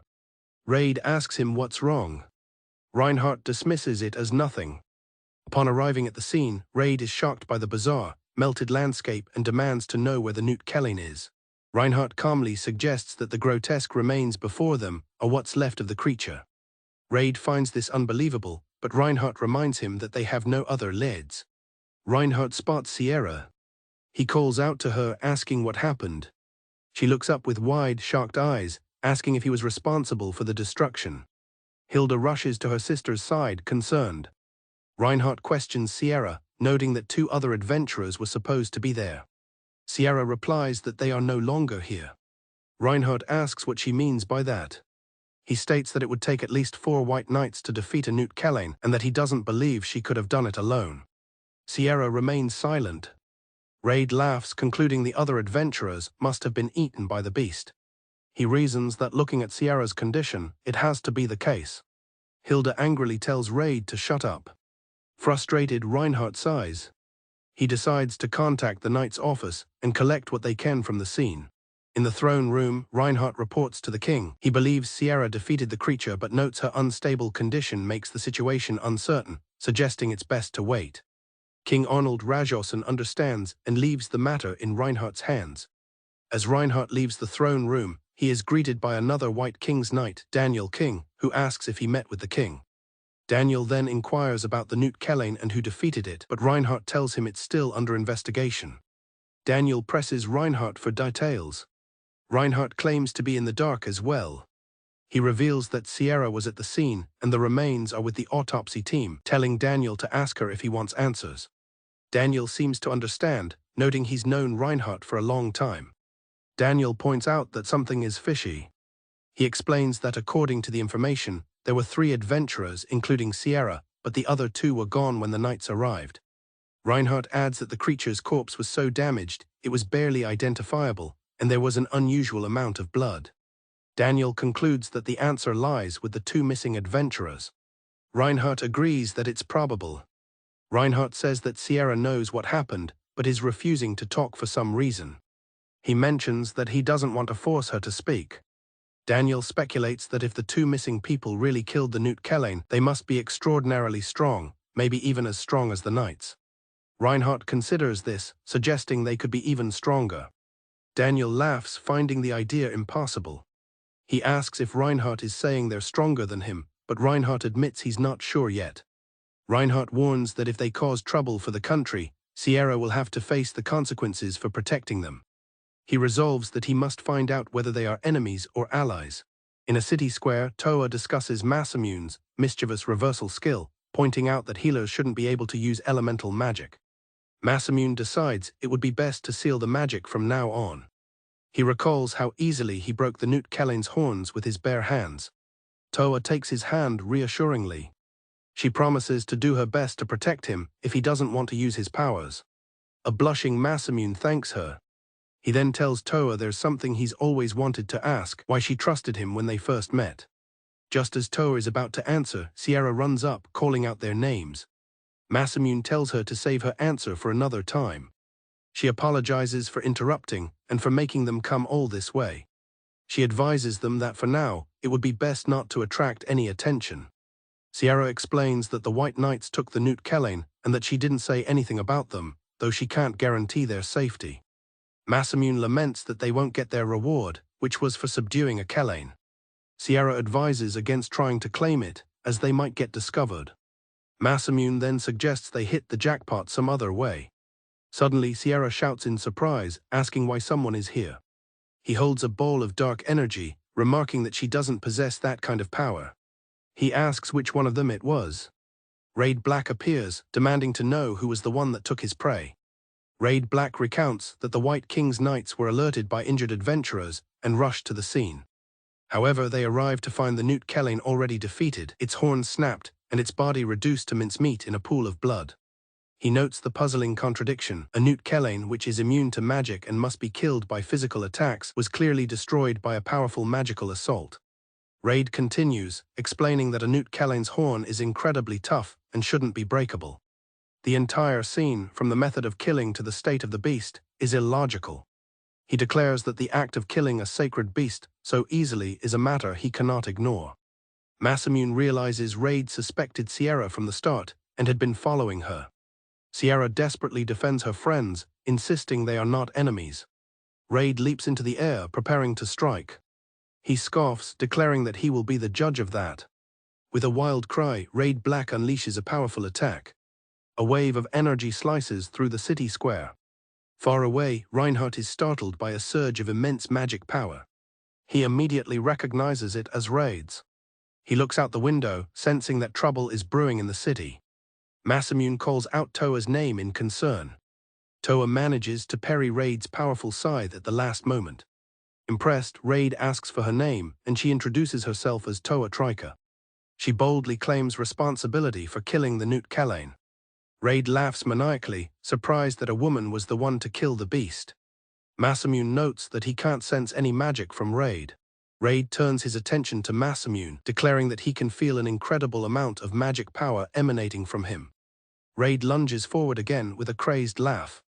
As Toa prepares to defend, Masamune urges her to stand back, but she reassures him that she can handle it. Raid taunts Toa for her momentary distraction, questioning if she has time to look away. He swings his scythe in a wide arc. She deftly dodges and prepares to counterattack. Impressed by her skill, Raid acknowledges that Toa is indeed strong enough to have killed a newt kellain. Realizing their stalemate, he decides to get serious. He unleashes his trump card, Fire Armor. Sierra is shocked to see Raid resort to using his magic. As Toa readies herself for the second round, Raid, now cloaked in flames, charges forward. Toa's arm is singed as she blocks the flaming scythe. Despite Masamune's worried cry, Toa insists she is fine. Raid taunts her, claiming her blunt sword is no match for his weapon. Raid urges Toa to unleash her true power and use her magic. Straining against his assault, Toa grits out that this is her full strength.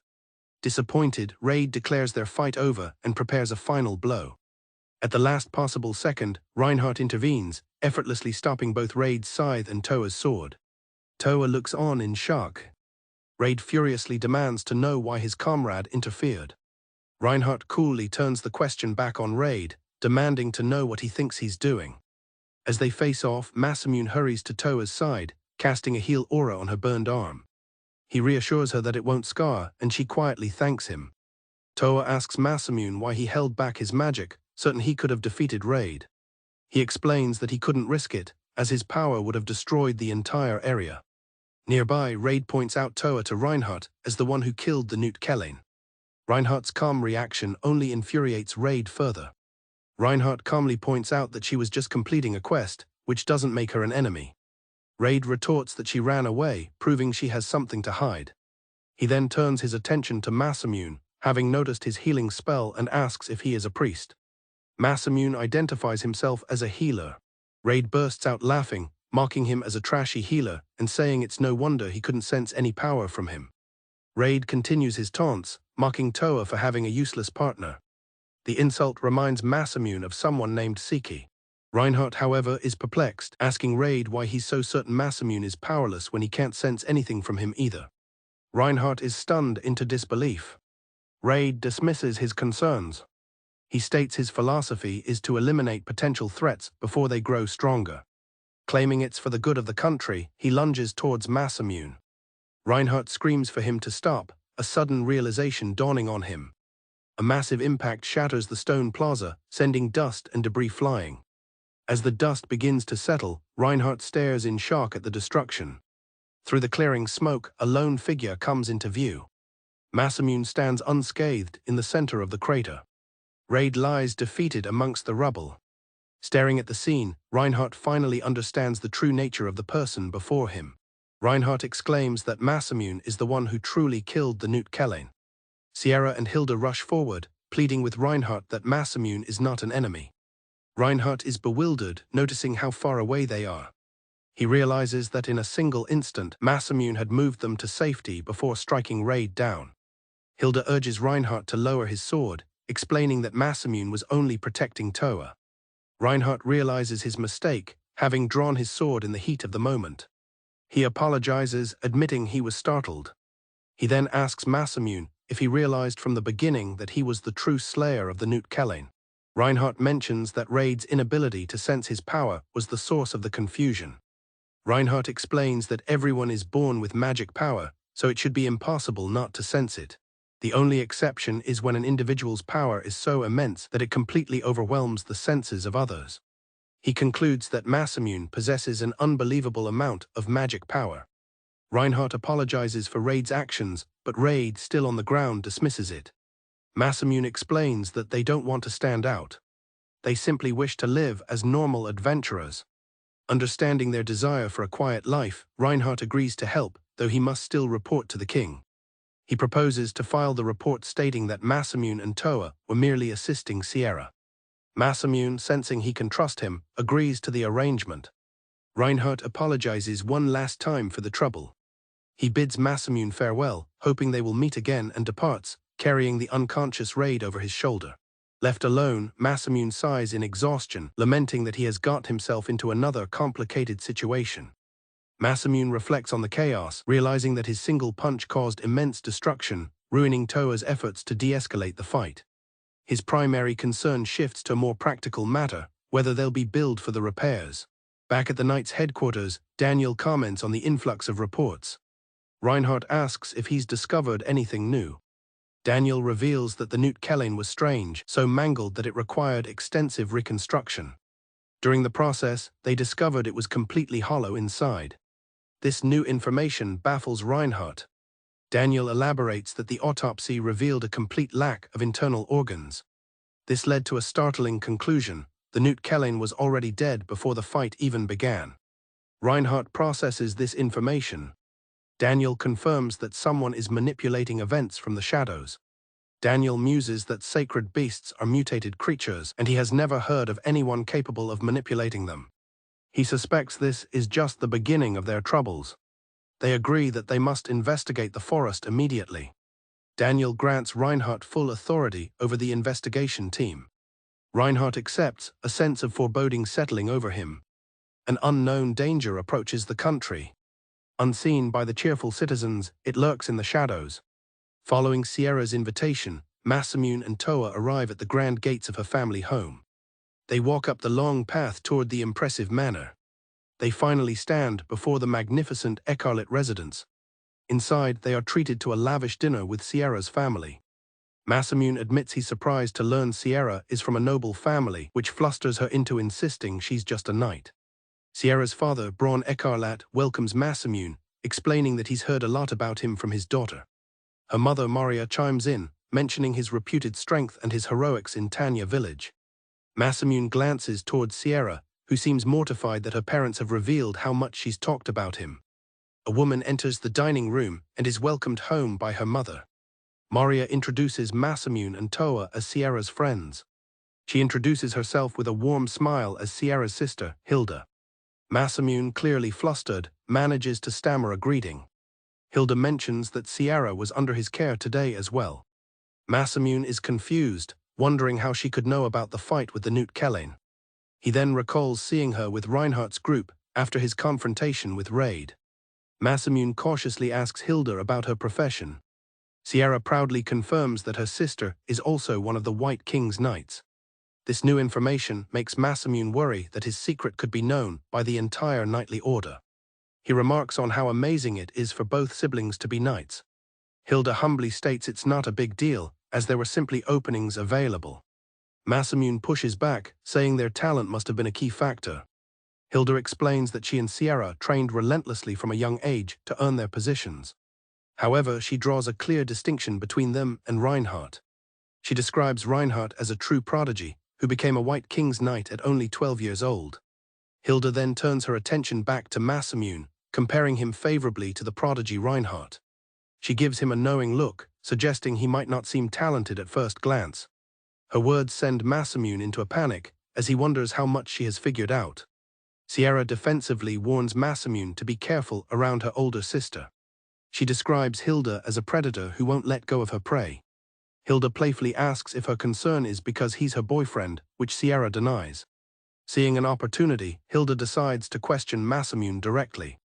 Hilda bluntly asks Masamune for his feelings on Sierra. Sierra is mortified by the direct question. Though confused by the conversation, Masamune notes that the sisters seem to have a good relationship. The conversation is interrupted by the arrival of Toa. Masamune quickly realizes she is drunk. Toa unsteadily approaches Sierra with something to say. She drunkenly declares that Masamune belongs to her. Masamune and Sierra urge the stumbling Toa to sit down. Masamune struggles to support the staggering Toa. Hilda watches with a smirk, teasing Sierra about having a rival for Masamune's affection.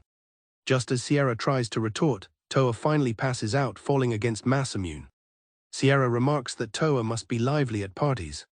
Masamune apologizes for Toa's drunken state as he lays her on the bed. Sierra wonders aloud why Toa confides in Masamune but not her, despite meeting at the same time. Masamune admits he doesn't know the reason.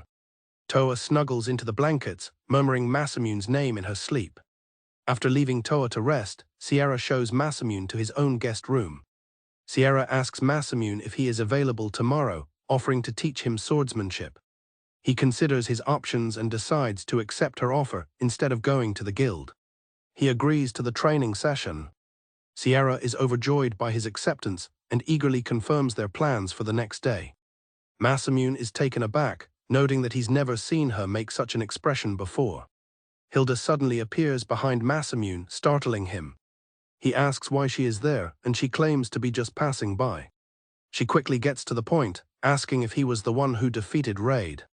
Masamune admits that he did, and Hilda chuckles at his careful wording. Hilda correctly guesses that he fought for Toa. She tells him she's heard most of his story and can tell what's going on between them. She bluntly states that Toa has feelings for him and he for her. Masamune quickly tries to deny her assessment. Hilda then makes a strange proposition, asking if Sierra could be added to the mix. She explains that this is the first time Sierra has ever been interested in a man. She describes Sierra as an earnest but dense person, especially regarding matters of the heart. Hilda asks Masamune to take Sierra with him when he eventually leaves the country. She explains that Sierra has known nothing but sword fighting her entire life. Hilda believes her sister deserves to experience more than just the life of a knight. Masamune expresses concern over what Sierra would think of such a plan. Hilda tells him not to worry about it now, but insists that he must take Sierra when the time comes, even by force. Hilda is certain that this path will ultimately be what's best for her sister. Masamune is left speechless by her intense request. Having said her piece, Hilda wishes him good night. The next morning, sunlight streams into Masamune's room. He groggily begins to wake up. He feels something snuggling close to him and turns over. He finds Toa lying beside him, casually wishing him a good morning. Masamune is completely shocked by the unexpected situation. He asks why she is here, and Toa explains she came looking for him when she woke up alone. She innocently asks if she's not allowed to be there. Sweating profusely, Masamune urges her to fix her disheveled clothes. At that moment, Sierra enters the room with a cheerful morning greeting. Masamune forces a panicked smile as he greets Sierra. Sierra is shocked and flustered by the scene before her. She comes to an embarrassing conclusion, while Masamune frantically denies it. Hilda peeks from behind the door, revealing with a grin that she orchestrated the whole situation. Later, the group gathers in the garden for swordsmanship training. Sierra instructs Masamune on the proper stance. Impressed with his progress, she calls for a break. Masamune finds swordsmanship to be quite difficult. He reflects that he didn't expect to learn it in a day, but now he's unsure if he can learn it at all. Masamune asks Sierra when she started learning swordsmanship, and she replies that it was around age 3. She started with a wooden sword before eventually moving to a real one. He then asks Toa the same question. Toa recalls that her training began after a terrifying encounter with a leerwolf in the forest. Sierra is stunned that Toa encountered the legendary leerwolf. Toa describes it as a ferocious S-rank monster. She confirms that her father defeated it, and they still have it on display. Masamune asks for a comparison to the newt kellain, and Toa confirms the leerwolf is much stronger. Sierra elaborates that defeating such a beast would require a massive, kingdom-wide effort. The challenge only excites Masamune, who hopes to face a leerwolf himself one day. When asked if anyone has fought an S-rank monster, Sierra thinks that perhaps Reinhardt would have some information on the matter. Masamune brings up the existence of S-rank missions in the guild. Sierra explains that because their region is so peaceful, such high-level hunts are for distant lands. She adds that sometimes even an S-rank mission might target an A-rank monster, as each monster is unique. A monster's rank can even change as it reaches a certain level. Masamune presents a hypothetical scenario involving a level 500 mimic. The high level gives Sierra pause. She concludes that such a monster would be classified as unranked. She explains that the guild's ranking system has a limit and anything exceeding it falls into an infinite tier for unidentified threats. Masamune confirms his understanding that a level 500 monster is considered unranked simply because it's unidentified. He then asks the others if they think a monster of that level could truly exist. Sierra reasons that even if one existed, no one would ever live to tell the tale, so it would remain a mystery. A flashback shows Cheyenne wondering about the mysterious dungeon he encountered. He regrets not getting more information from someone who seemed to know a lot before they died. The day's training concludes with Toa, who had grown bored of watching, finally joining in. Masamune awakens in a state of confusion, finding himself in a strange, dilapidated shrine. He wonders where he is, remembering he was supposed to be sleeping at Sierra's house. As he questions if this means he has died, a voice calls out his name. Turning, Masamune sees a familiar face, the dark elf Cheyenne. Shocked, he asks why Cheyenne is here. With a calm smile, Cheyenne simply tells him to come along. Masamune follows Cheyenne through the ruins to where another man is waiting. The man greets him casually, noting that Masamune has finally arrived. The man reveals that he was the one who summoned Masamune. Masamune demands to know who the stranger is, asking if he's a friend of Cheyenne's. He then asks if Masamune doesn't recognize him in his current form. A dark aura begins to swirl around his feet. The man's body transforms into a shadowy, skeletal figure. He asks if Masamune recognizes him now. The familiar voice clicks in Masamune's memory. Masamune recalls the dungeon where the shadowy being offered him power. He realizes this is the same entity from that time. Cheyenne begins to introduce the being as his comrade. The figure cuts him off, saying it's unnecessary. Cheyenne apologizes. Confused, Masamune asks for an explanation. He has a gut feeling that this being is the so-called God of Revenge. The name clearly surprises Cheyenne. The God of Revenge explains that this place is not for Masamune, but a prison for him and Cheyenne. The God of Revenge reassures Masamune that his physical body is safe and asleep. It is his soul that has been summoned here. He explains that the elixir Masamune drank created a connection between them, which he used for the summoning. Masamune asks about the elixir. The God of Revenge reveals it was made from his own blood. Masamune is disgusted by the revelation. He explains that the elixir grants a random, unique, infinite tier skill. He tells Masamune he was very lucky to receive a skill powerful enough to defeat Cheyenne, as some skills are completely unusable. Masamune questions why he was chosen. The God of Revenge clarifies it was pure chance. He had left the elixir for experimental purposes, and Masamune just happened to find it. The realization dawns on Masamune that he could have been eaten by the mimic, if not for a stroke of luck. With Masamune eager to return to his bed, they agree to move on to the main topic.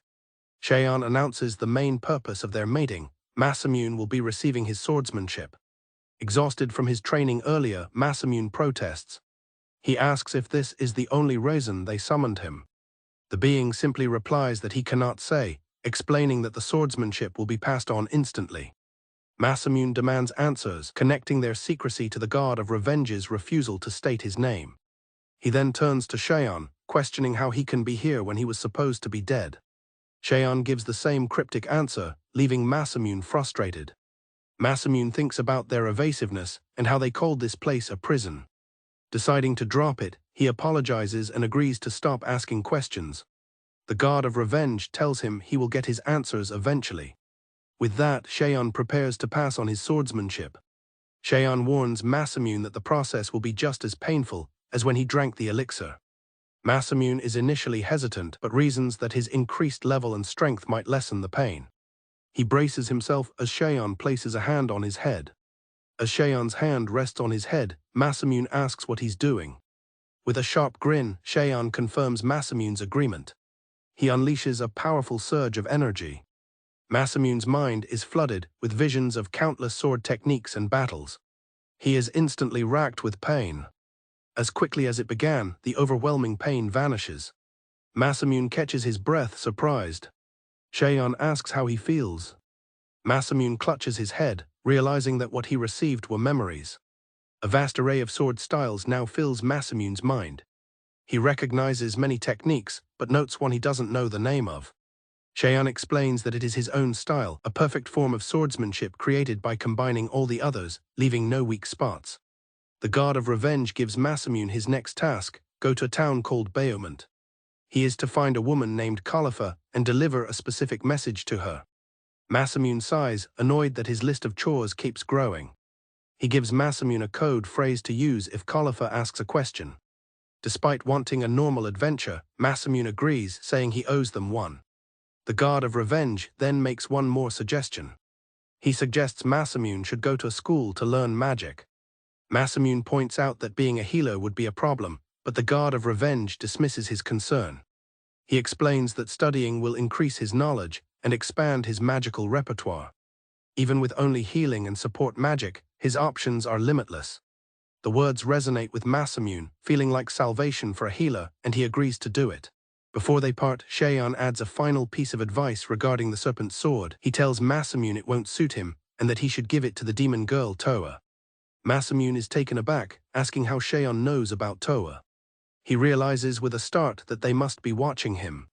Suddenly, both Masamune and Cheyenne begin to feel their connection weaken, and their forms blur. The god of revenge explains that their time is up, they cannot be summoned many times, and this might be their final conversation. As his voice fades, he makes one last, desperate plea for Masamune to find them.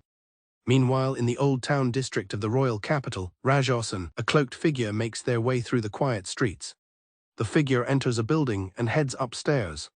The figure enters a room to meet a man named Guido. She is revealed to be Madame Fran Borfren.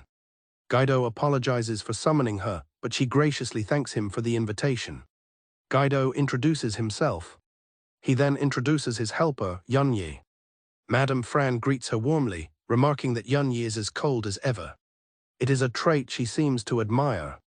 Fran gets down to business, asking why she was invited. Guido explains that there's been a slight problem. The spirit beast she sent was killed. Fran asks how many of the White King's knights died in the encounter, but Guido informs her that none of them did. Guido elaborates that an unknown adventurer had intercepted the beast and heavily wounded it before the White King's knights even arrived. He presents a small container with the beast's remains. Guido asks Fran to use her magic to revive it.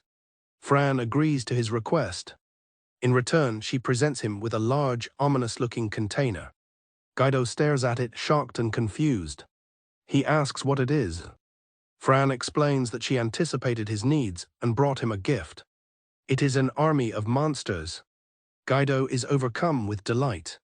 Fran adds that the monsters inside are all B rank and above. Guido is curious about the source of such powerful monsters. Fran reveals she borrowed resources and even S-rank monsters. She took them from a laboratory when she left the Empire. She then asks when he plans to make his move. He replies in a week. He tasks her with increasing the number of spirit beasts as much as possible until then. Yunyi expresses skepticism about the usefulness of the monster army. However, Guido insists it will serve as their insurance. He anticipates that the adventurer who defeated the first spirit beast might interfere with their plans again. The lingering words of the god of revenge, pleading to be found, echo as Masamune's consciousness returns to the real world. He wakes with a start, his confusion apparent. Sitting beside him, Sierra notices his daze and asks what's wrong. As they eat at a restaurant, Sierra asks if he said something, but Masamune dismisses it as nothing. Toa, however, observes that he looks pale and asks if he is okay, though Masamune insists he feels fine.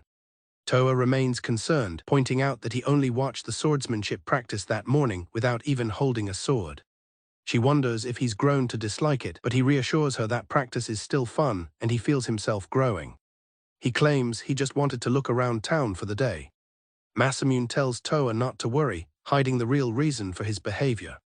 In truth, Masamune couldn't focus because he was preoccupied with the events of the previous night. While watching Sierra and Toa's mock battle, he had a startling realization. He could perceive their fight as if it were in slow motion, every move predictable. This confirmed that what happened last night wasn't a simple dream, and if he were to pick up a sword now, his movements would be so different it would raise questions. As he internally frets about an excuse to avoid practice, he turns to Sierra. His thoughts are interrupted when Toa suddenly asks what is happening outside. Outside, a large man is dragging a small, crying girl by the hand. Masamune immediately notices her bestfolk ears and tail. Toa, apologizing for the trouble, declares that they must chase after the man immediately. She is certain of his ill intentions. Toa correctly identifies him as a slave merchant as he enters a secluded alley. The man shoves the girl to the ground. Another man notes she's a beast folk and will fetch a high price, instructing the first to take her to a cage. He warns him to be careful not to injure her. The man locks the girl in a cage, warning her to stay obedient and not cause a ruckus. He then menacingly threatens to cut up her ears. The girl is left terrified by his words. He walks away laughing, leaving her alone in the cage. Crying, the girl whispers for her sister and everyone else. Her quiet despair is interrupted by the arrival of two more men, one commenting that they got a good one today. He identifies her as a white cat race beastfolk and calls her a keeper, while the other agrees she's much better than their last acquisition. One of them notes that their boss isn't around. Taking advantage of the boss's absence, one of the men suggests they play with her for a bit. The girl's eyes widen in fear. The other man agrees it's a good idea to relieve some stress, reasoning that the boss won't notice if they hurt her a little. He tells her not to struggle as he begins to unlock the cage. He tells her to stay still and it will be over soon. As he reaches for her, she cries out in protest. His companion urges him to hurry up, worried the boss might return soon. The man tells his partner not to rush him. Suddenly, a powerful force strikes his companion. The man is sent crashing into the wall. The girl looks on, stunned by the sudden turn of events. Masamune appears, cracking his knuckles, and decides that simply knocking out the slavers should be enough. The young beastfolk girl stares up at her rescuer in wide-eyed awe. After dealing with the men, Masamune approaches the cage and asks the girl if she is okay. He explains that he saw her being taken away and came to save her. Reaching out a hand, he reassures her that he won't hurt her. He offers to get her out of there. Outside the alley, Toa and Sierra spot him and call out his name. The little girl shyly asks if his name is Masamune. He confirms it and asks for her name in return, and she introduces herself as Nemu. Sierra kindly introduces herself to Nemu. She asks if Nemu knows where her home is. Nemu replies that her home is wherever her sister is. Sierra correctly deduces that she lives at a church. She explains to the others that it's essentially an orphanage that temporarily cares for children. They arrive at a large building, and he figures Nemu must be one of the children living there. Masamune observes it looks more like an old mansion than a church. Excited to be home, Nemu runs inside, calling out for her sister. A nun rushes towards Nemu, embracing her. She scolds Nemu for disappearing, explaining how worried sick she was. Nemu apologizes, recounting that she was caught by a scary person but was saved by Masamune.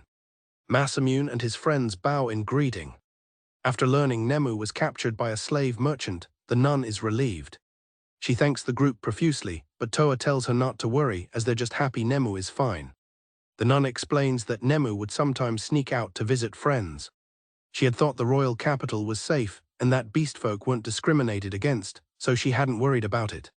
The nun expresses her shock that Nemu was caught by a slave merchant when she believed the practice was banned.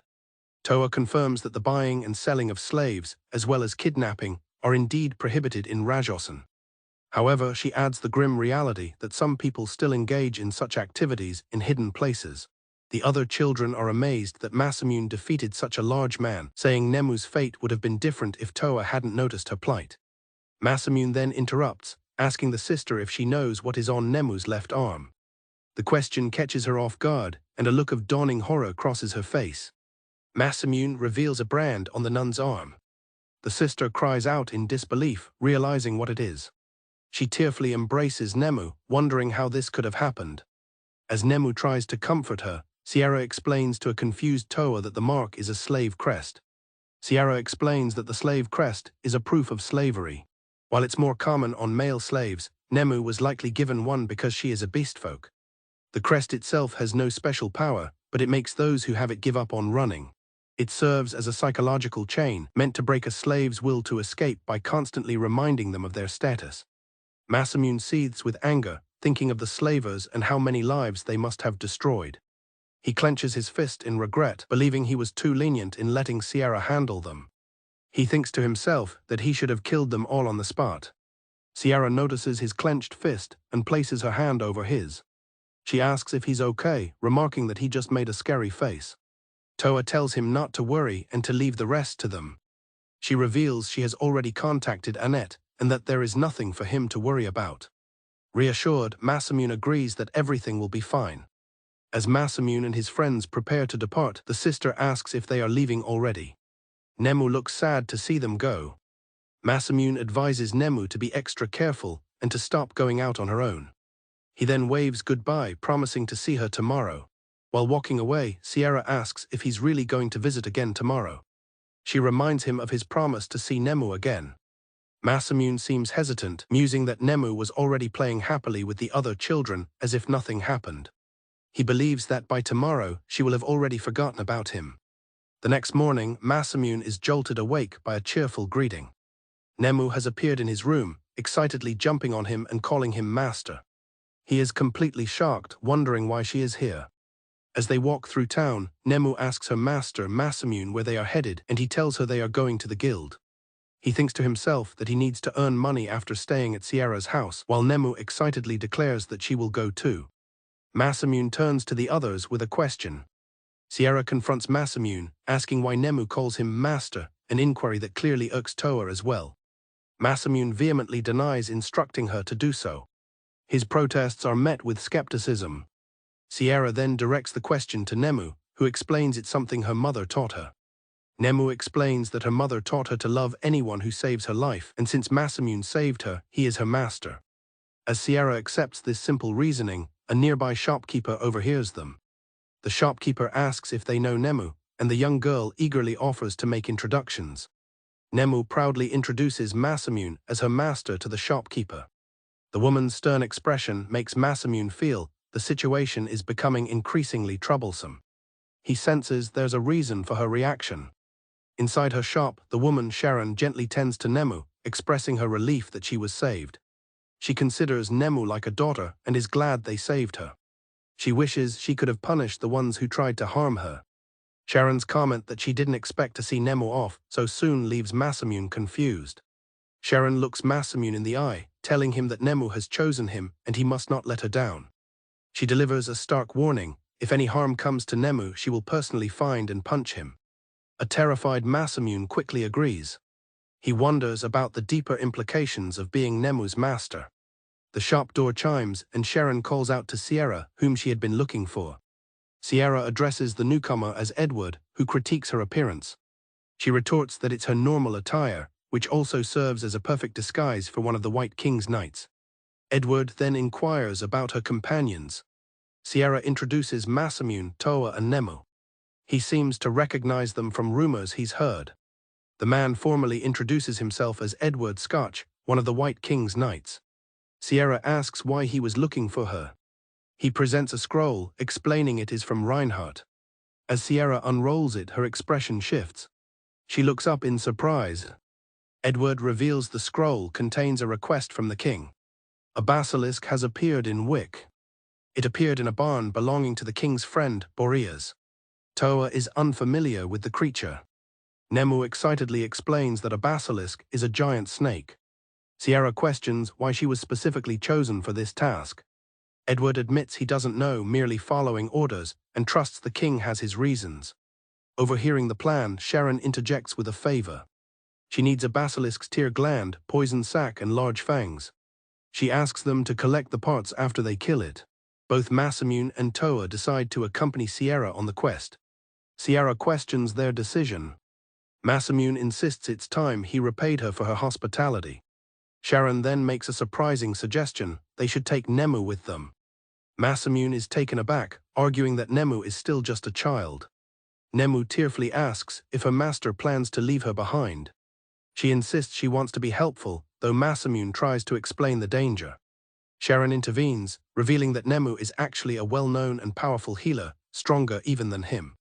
Faced with Nemu's pleading eyes, Masamune finally gives in.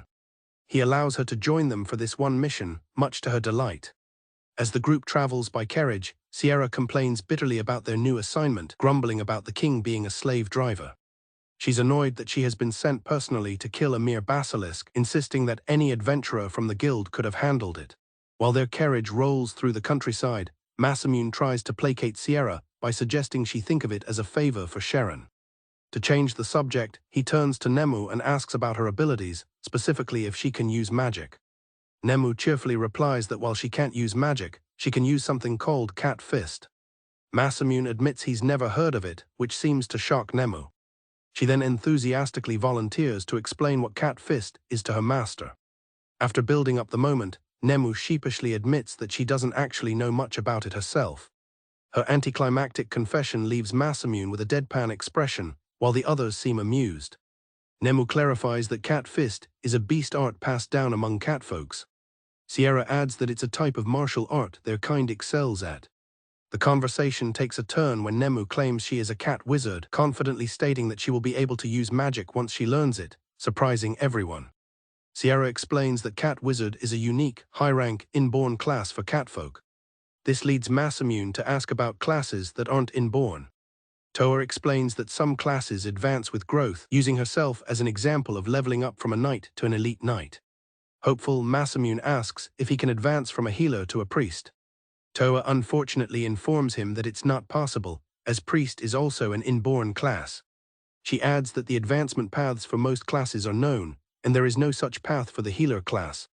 Masamune quietly accepts that he will be a healer forever. Nemu realizes this is why her master can only use healing and support magic. She insists that he is not weak because he saved her life and passionately declares that she will protect him. Her encouragement seems to lift his spirits. As the journey continues, Nemu asks when they'll arrive in Wick. Toa estimates they'll get there tomorrow, meaning a night in the carriage.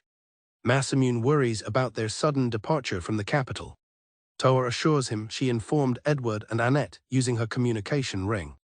Masamune asks about the ring, and Sierra confirms its standard issue for the White King's Knights. He then reveals he also possesses one, a gift he's never used.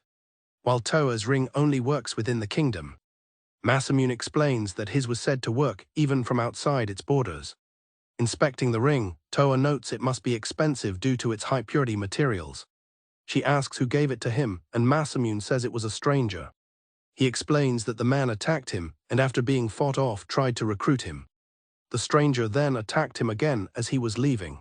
Masamune clarifies that the man invited him to join an organization and gave him the ring to consider the offer.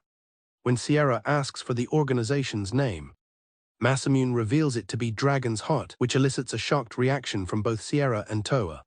Toa confirms that everyone knows of Dragon's Heart.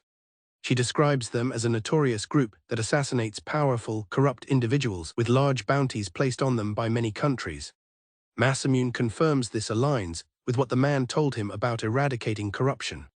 Toa elaborates on how the group became infamous through the Torrent Kingdom incident. The kingdom's ruler, Queen Priva, committed genocide against her own people, particularly the elderly, in a twisted pursuit of beauty. Dragon's Heart targeted her for this, but their actions didn't stop with the queen. Toa reveals the grim truth: Dragon's Heart massacred everyone connected to the queen, including children. Sierra adds that she overheard her parents mention a man named Carpent who founded the organization. Toa asks Masamune what he will do about the invitation. He doesn't have an answer yet. Masamune decides it's pointless to worry about the invitation, since he doesn't know if he'll ever see them again. Toa agrees, though she remarks on the strange fate of him being invited by such a group. As she says this, Masamune quietly recalls the man mentioning they were heading to Grey Belka. As Masamune wonders what the members of Dragon's Heart are doing, the scene shifts to the Grey Belka kingdom border. A cloaked figure approaches and is immediately halted by guards. The guards demand they remove their hood and reveal their face. The cloaked figure is the same man who recruited Masamune, now flanked by two other hooded companions. He stares ahead silently, ignoring the guards' increasingly aggressive demands to show his face. The story shifts to Grey Belka, a kingdom with a vast territory. To enter the territory, one must pass through a checkpoint gate and another before the main gate of the castle town. A number of checkpoints have also been set up around the villages outside the castle town.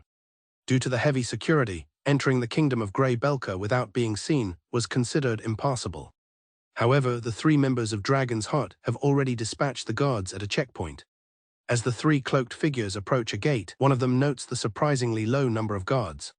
Alford agrees, explaining that not many people, aside from merchants or travelers, would try to enter this way. The woman with him wonders if it's because the guards are busy fighting demons. Alford finds the lack of guards suspicious, recalling there were more on his last visit. Suddenly, a group of riders gallops towards them.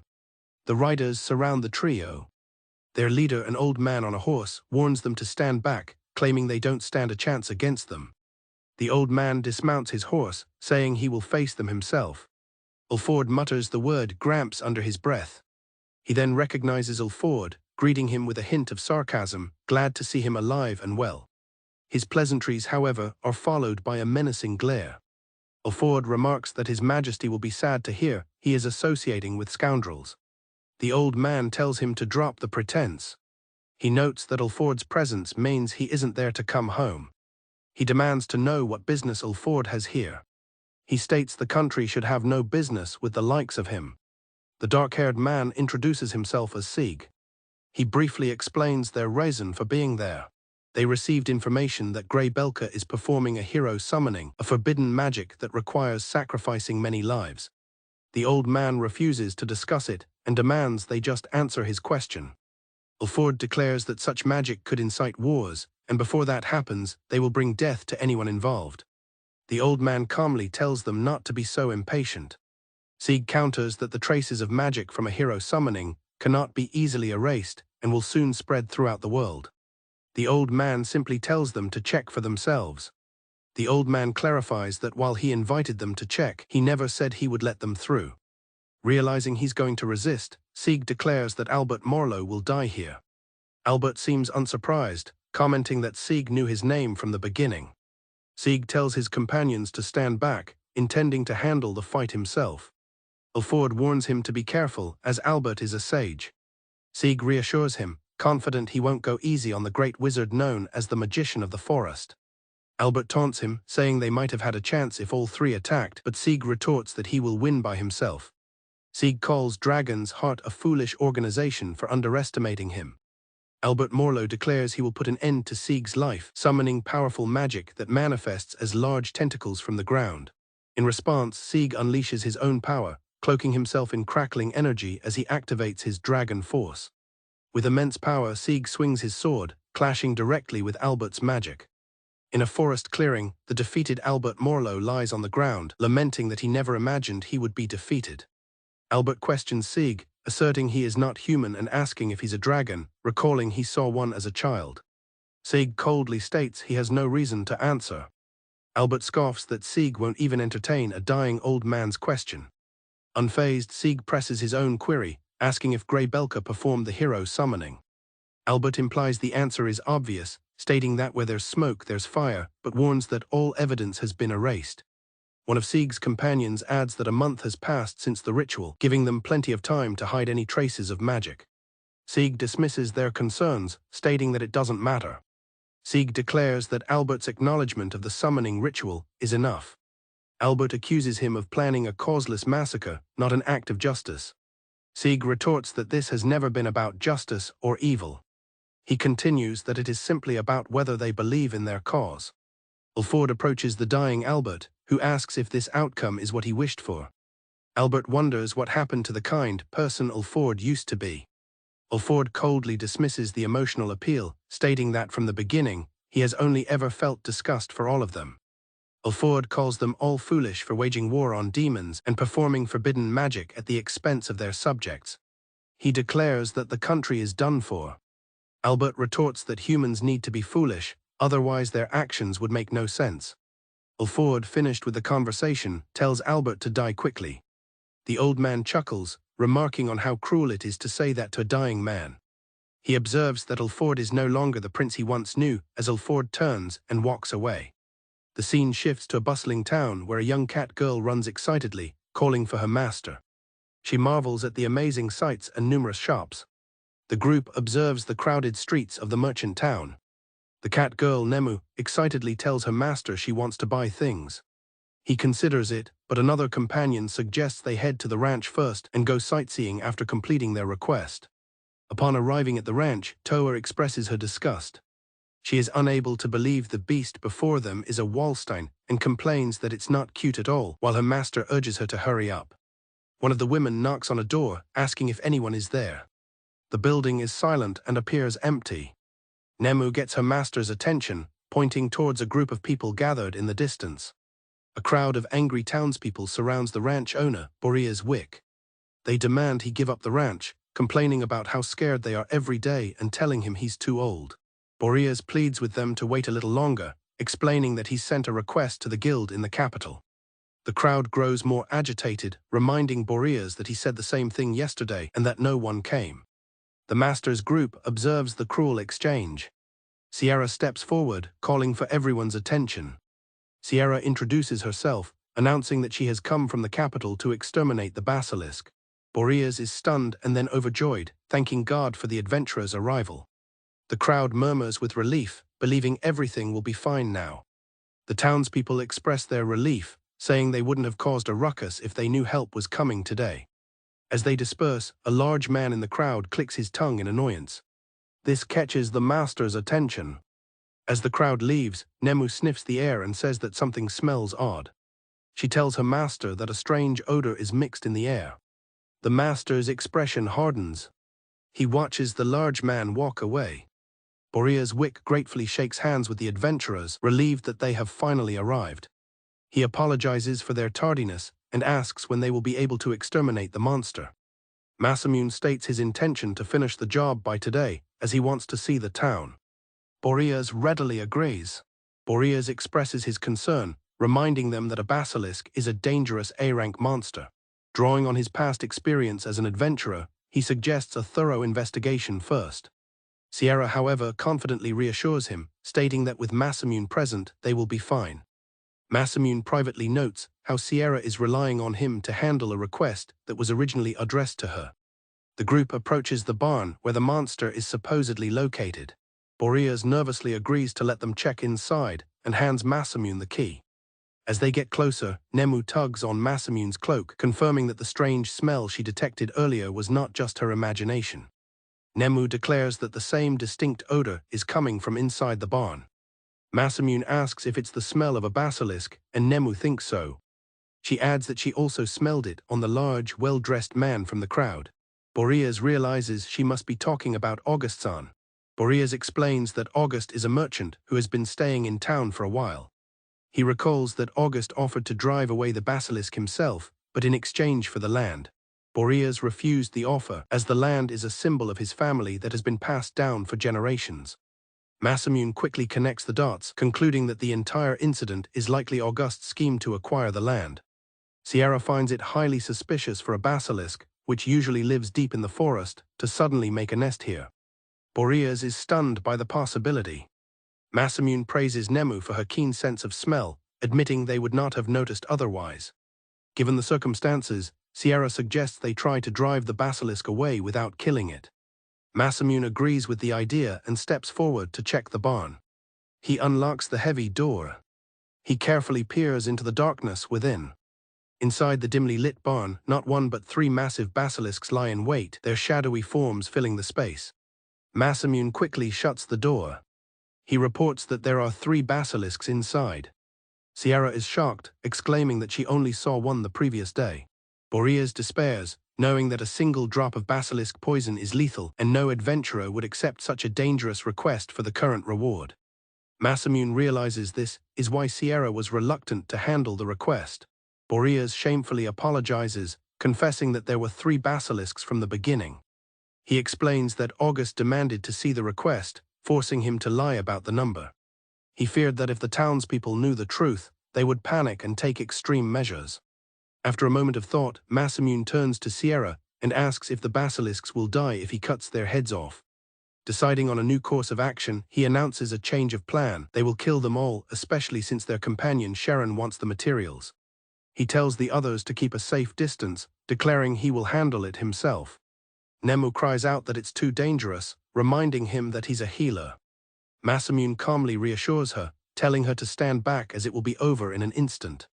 He knows that to collect the materials, he cannot use his corrosive powers. He must instead rely on his sword. Masamune steps into the barn, his sword drawn. He stands alone before the 3 massive basilisks. The creatures turn their glowing eyes upon him. He considers a sword art capable of instantly killing 3 enemies. As his companions watch anxiously, he decides on his move. Taking a low stance, he pushes off the ground. He launches forward with godlike speed. In a flash of movement, Masamune executes the Beast King style, Beast King Void Blade, striking all three basilisks in a single decisive attack. The group is left in stunned silence by Masamune's instantaneous victory. Nemu is the first to speak, exclaiming in amazement. Masamune instructs Sierra and Sharon to begin gathering the basilisk materials. As the others get to work, Sierra tells Masamune that she believes the basilisks were not wild. She reveals her suspicion that they were specifically bred for a purpose.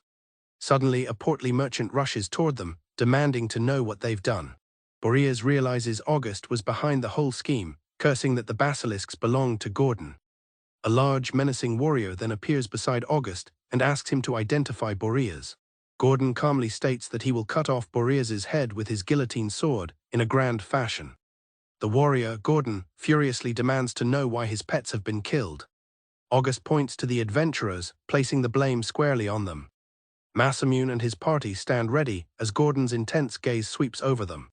His eyes finally lock onto Sierra.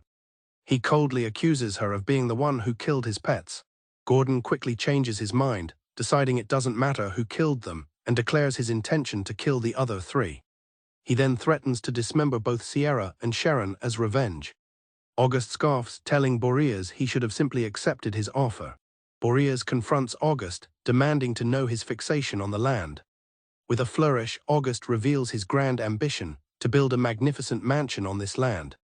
From there, he plans to spend the rest of his life gazing down on the town of Wick, which he considers the ultimate lifestyle for a merchant. Boreas can only look on, thinking how pitiful the man's dream is. August declares that Boreas will die for hiring adventurers instead of surrendering his land. Gordon interrupts to remind August of his payment, noting that two of the adventurers appear quite strong. August reassures him that he will be paid. Gordon adds a condition: he will get double pay if he kills them, but nothing if he fails. Gordon scoffs at the idea of failure and confidently introduces himself as he steps forward. He taunts the group, telling them to decide amongst themselves who will be the first to die. Seeing both women preparing for battle, Masamune asks them what is wrong. Both Sierra and Sharon turn to Masamune, firmly telling him to stand back and stay out of this fight. This unified front seems to annoy Gordon, who expresses his displeasure with the situation. Gordon expresses his disgust with the current situation. His hand tightens around his weapon as he states that the sight makes him sick. He glares at Masamune, repulsed by the idea of him being accompanied by women.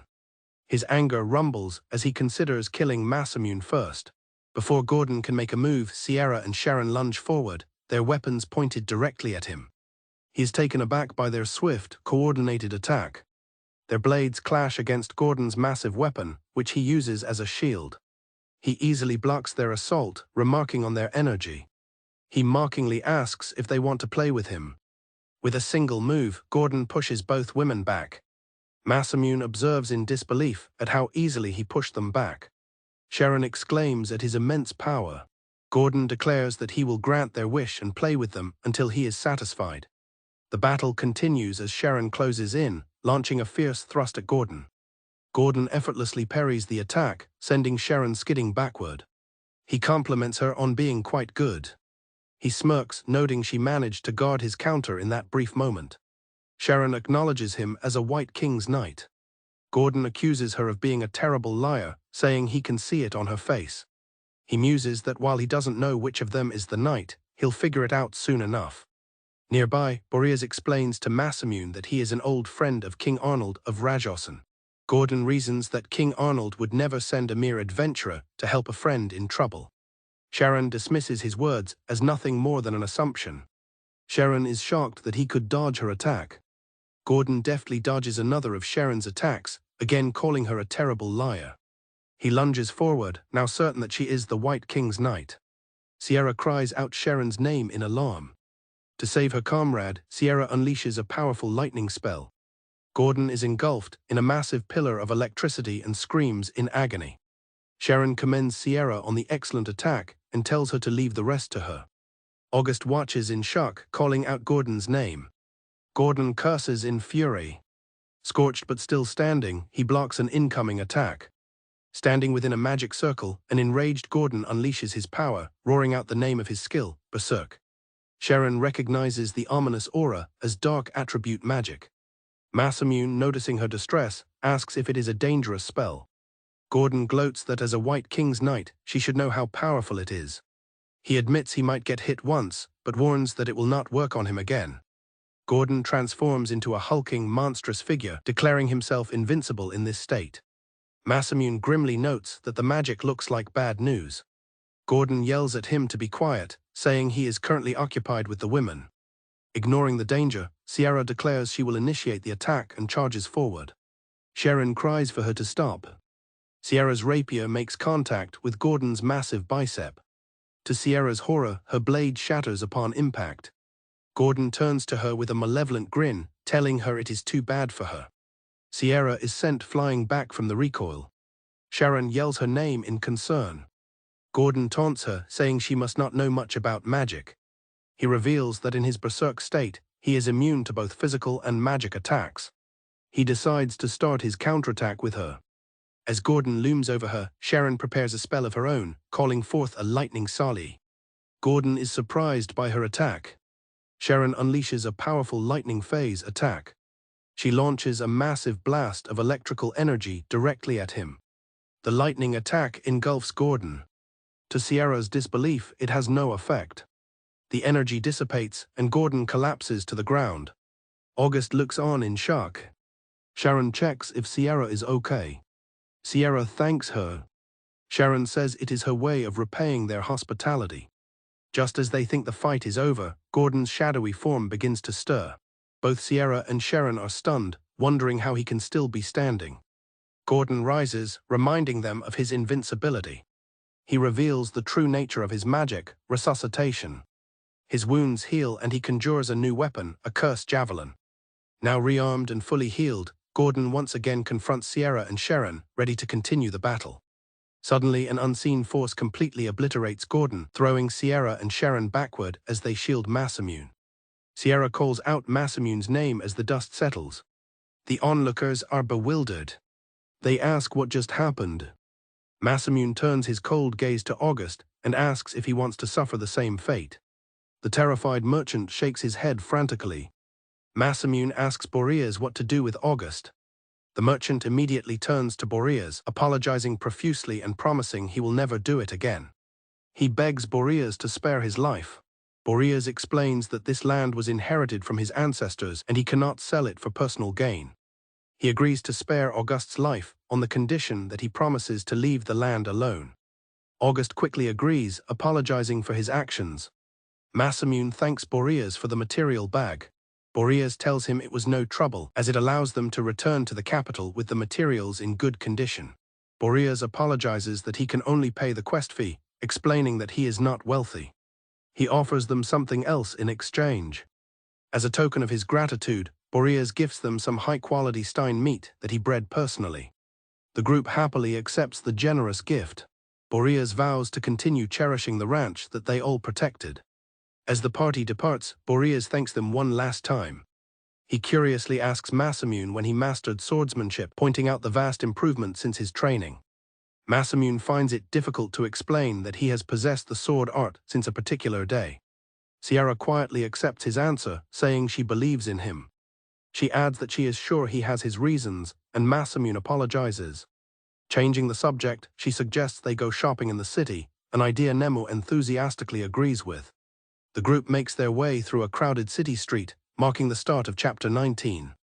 As they walk, Toa carries the large sack of Stein meat, while Masamune looks on with a weary expression. Masamune asks Toa how long she intends to stare at the meat. Toa defensively claims it's fine, while Sierra notes that Nemu is also distracted. Masamune asks Nemu if something has caught her eye. Nemu has spotted a stall selling beautiful necklaces. The shopkeeper welcomes her, complimenting her sharp eyes. He explains that the pendant is a crystal stone collected from Parstella. Masamune notes that since the country has ceased to exist, it's best to buy one before they're all gone. The shopkeeper explains that the interesting stone reacts to its owner's magic power, changing its color over time. The shopkeeper elaborates that the crystal's change in color and purity is dependent on the quality of the owner's magic. Masamune asks how much one costs, and the shopkeeper replies that it's 3,000 rian. Deciding it's a fair price, Masamune announces he will buy 3. Nemu happily thanks Masamune for the gift. He tells her to take good care of it. Toa then asks Masamune to put her necklace on as well. A blushing Masamune hesitantly agrees. Masamune fastens the necklace around Toa's neck. Standing face to face, a blushing Masamune listens as Toa thanks him. Masamune becomes extremely flustered by the close contact. He then turns to Sierra, asking if she wants him to put hers on, but she quickly refuses, saying she can do it herself. Masamune stops to look at a building that has caught his eye. Sierra correctly guesses that it's a bar. At Toa's suggestion, Masamune decides they should go inside for a little while. A lone bartender tends to the quiet shop. Masamune and the others step inside. Nemu immediately comments on the strong smell of liquor. The bartender welcomes them and asks if they need anything. Masamune tells him they aren't looking for anything in particular. Seeing the high prices, Masamune thinks he'll have to reevaluate. Suddenly, a poster on the wall for a brand called Old Gut grabs his attention. When Masamune asks about the wine, the bartender apologetically states they are out of Old Gut. The bartender is shocked that Masamune is unaware of the wine's reputation. He explains that Old Gut is a brand now considered a phantom wine as it's no longer manufactured and only a few bottles remain in the world. Masamune feels a sense of familiarity looking at the poster. He suddenly remembers finding and drinking a bottle of it in a dungeon. With a sudden realization, he pulls out a bottle of Old Gut and shows it to the bartender. The bartender, in disbelief, begs to see the bottle. He carefully inspects the bottle's label and cap. After his examination, he hesitantly concludes that it must be a fake. Masamune offers to let him taste it, and the bartender eagerly accepts. He carefully sniffs the wine's aroma. He then takes a small sip to taste it. The flavor hits him, and he proclaims in shock that it is the genuine article. The bartender recalls a time when he was a kid and secretly drank an Old Gut wine from his father's study, a taste he never forgot. He confirms that the bottle contains a genuine Old Gut wine. He asks Masamune where he acquired it, and Masamune simply replies that he found it in a dungeon. The answer leaves the bartender stunned and confused. The bartender earnestly asks if Masamune would be willing to part with the bottle. He clarifies that he is willing to pay any amount of money for it. He makes an initial offer of 10 million rian. The enormous sum leaves Sierra and Masamune speechless. Growing more desperate, the bartender offers to give him all the other sake in the store if the money isn't enough. Masamune thinks that's a bit too much for a single bottle. The bartender vehemently disagrees, stating it's not even close to the wine's true worth. He explains that he doesn't cheat people and feels obligated to explain the wine's value to someone so clueless. He emphasizes that the wine is said to be extinct and is something wine lovers would die for. Sierra chimes in, estimating its worth at 100 million, and that nobles would likely pay 1 billion. Masamune is shocked to realize he's been drinking such a high-class wine. The bartender admits that despite his offer, he only has 30 million available at the moment. However, he has an alternative proposal. He explains that he has connections and can sell it directly to a noble, guaranteeing a price of at least 1 billion. He offers to give Masamune half of the final selling price. Masamune notes how desperately the man wants the wine. He recalls having more than 100 bottles in his spatial storage and concludes that selling one is acceptable. He senses that the bartender is being truthful and sees no reason to refuse the offer. Masamune accepts the offer of 30 million rian now and half the selling price later, to the bartender's immense relief and joy. The bartender honestly didn't think Masamune would accept his offer. He asks them to wait and hurries off. He returns with a large stack of cash, explaining that he withdrew 5 million from the bank. Masamune notes with interest that there's a bank in this world too. The bartender returns with the remaining 25 million. He proudly presents the total of 30 million rian. With tears of joy, the bartender finally holds the bottle of Old Gut. Sierra is stunned that Masamune not only had an Old Gut wine, but also made so much money from it in an instant. Masamune asks how she knows about the wine, and she explains that her father runs a vineyard. The bartender connects the dots and asks if she is from the Ecarlat family, which she confirms. He recalls his father often saying that Old Gut is the best wine in the world. Feeling a deep sense of gratitude, he vows to repay this favor someday. The bartender asks what they plan to do now. Masamune recalls that Sierra's rapier broke, a fact she confirms with some embarrassment. She explains that the rapier was a custom weapon issued to the White King's knights. Since ordering a new one would take time, Masamune suggests buying her a replacement right away. Sierra insists she can't accept because she has no way to pay him back, but Masamune tells her not to worry, as he also plans to buy clothes for Toa and Nemu. The bartender overhears and offers to guide them to a good store. Sierra gratefully accepts his help. Sierra remembers the unusual sword Masamune was wielding. Masamune presents the serpent sword Kiljil's, revealing he also found it in a dungeon. The bartender's interest is piqued, and he asks to see it.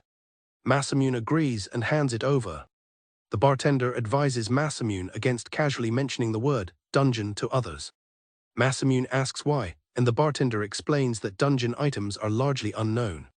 He warns that if the sword were a legend or mythology-grade weapon, Masamune's life could be in danger. Masamune learns that weapons are graded, and Sierra confirms that all items are divided into grades depending on their value. A chart details the hierarchy of item grades, from common to the highest value fantasy grade. Sierra explains that there are no value standards for items below common grade, like goblin teeth.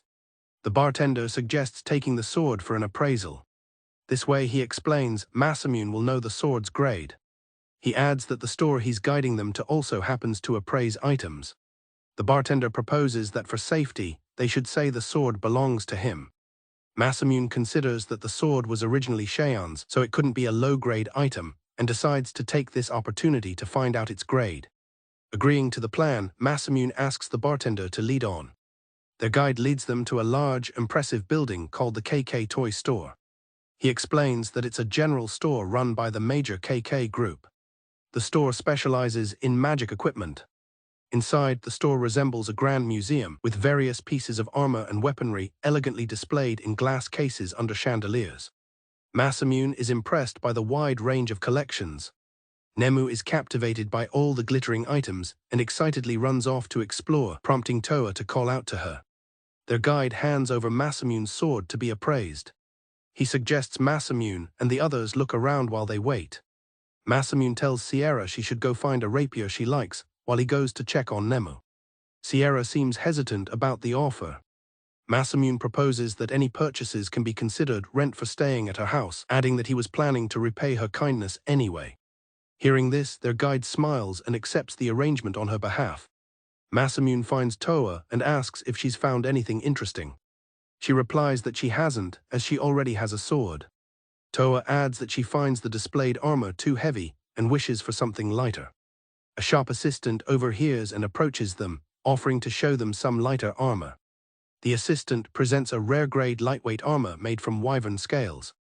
Masamune considers that if he's buying something, it might as well be high-grade.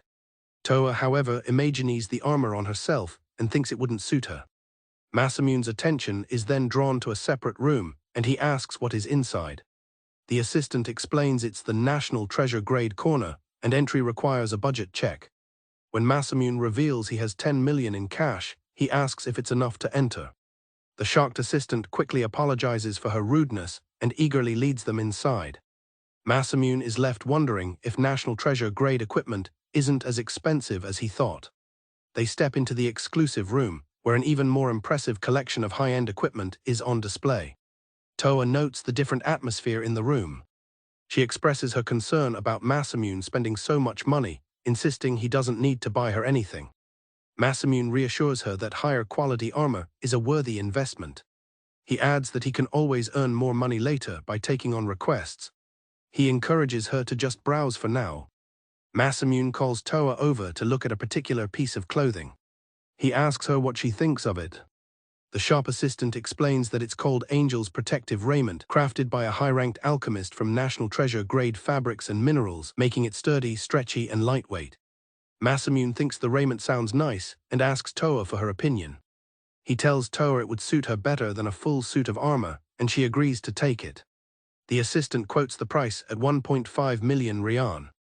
Masamune immediately agrees to pay, much to Toa's surprise. The assistant then leads Toa away to try it on. Masamune then finds Nemu, asking if she found anything interesting. She admits she's overwhelmed by the choices. He asks a nearby staff member if they have any armor that a small girl could wear. The staff member suggests a mithril shirt that can be worn as an inner layer. The staff member elaborates that the mithril shirt was created by a high-ranked elven alchemist, has stretching magic applied to it, and costs 2 million rian. He confirms it is very sturdy, as it's made from national treasure-grade materials. Masamune tells Nemu that wearing it under her clothes will protect her. Nemu worries about the price. Masamune reassures her that it's a small price to pay for her long-term safety. Ecstatic, Nemu thanks Masamune with a huge smile. He smiles back warmly. Masamune directs her to the changing area to put it on. Just then, Toa emerges wearing the angel's protective raiment. Masamune is left speechless, completely captivated by her appearance. Toa asks Masamune how she looks. Blushing, he stammers that it looks good on her. She smiles and thanks him. Toa explains that the rest of her new clothes were a bonus from the staff. At that moment, Nemu excitedly announces she's finished changing too. Nemu runs up, showing off a new hooded outfit that she also received from the staff. She points out that the hood even has ears on it. The staff member explains that the outfit is a bonus, specially designed for catfolk, so the hood accommodates their ears. Meanwhile, Sierra is captivated by an elegant rapier on display. Masamune notices and playfully asks if she likes it, causing her to get flustered. Sierra denies it, but Masamune sees right through her, thinking she's easy to rid. The shop assistant explains that the rapier was forged from a unicorn horn found in the Arda Mountains. She describes the range as a perpetually snowy, high-altitude area in Modhern. It was said that a unicorn lived there, in the extreme cold where most monsters couldn't survive. The unicorn's horn was the core of its ice attribute magic power.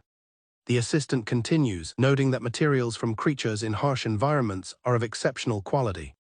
The rapier was forged from the horn of a captured unicorn, giving it an ice attribute. Forged by a high-ranked blacksmith, its price is 5 million, which shocks Sierra.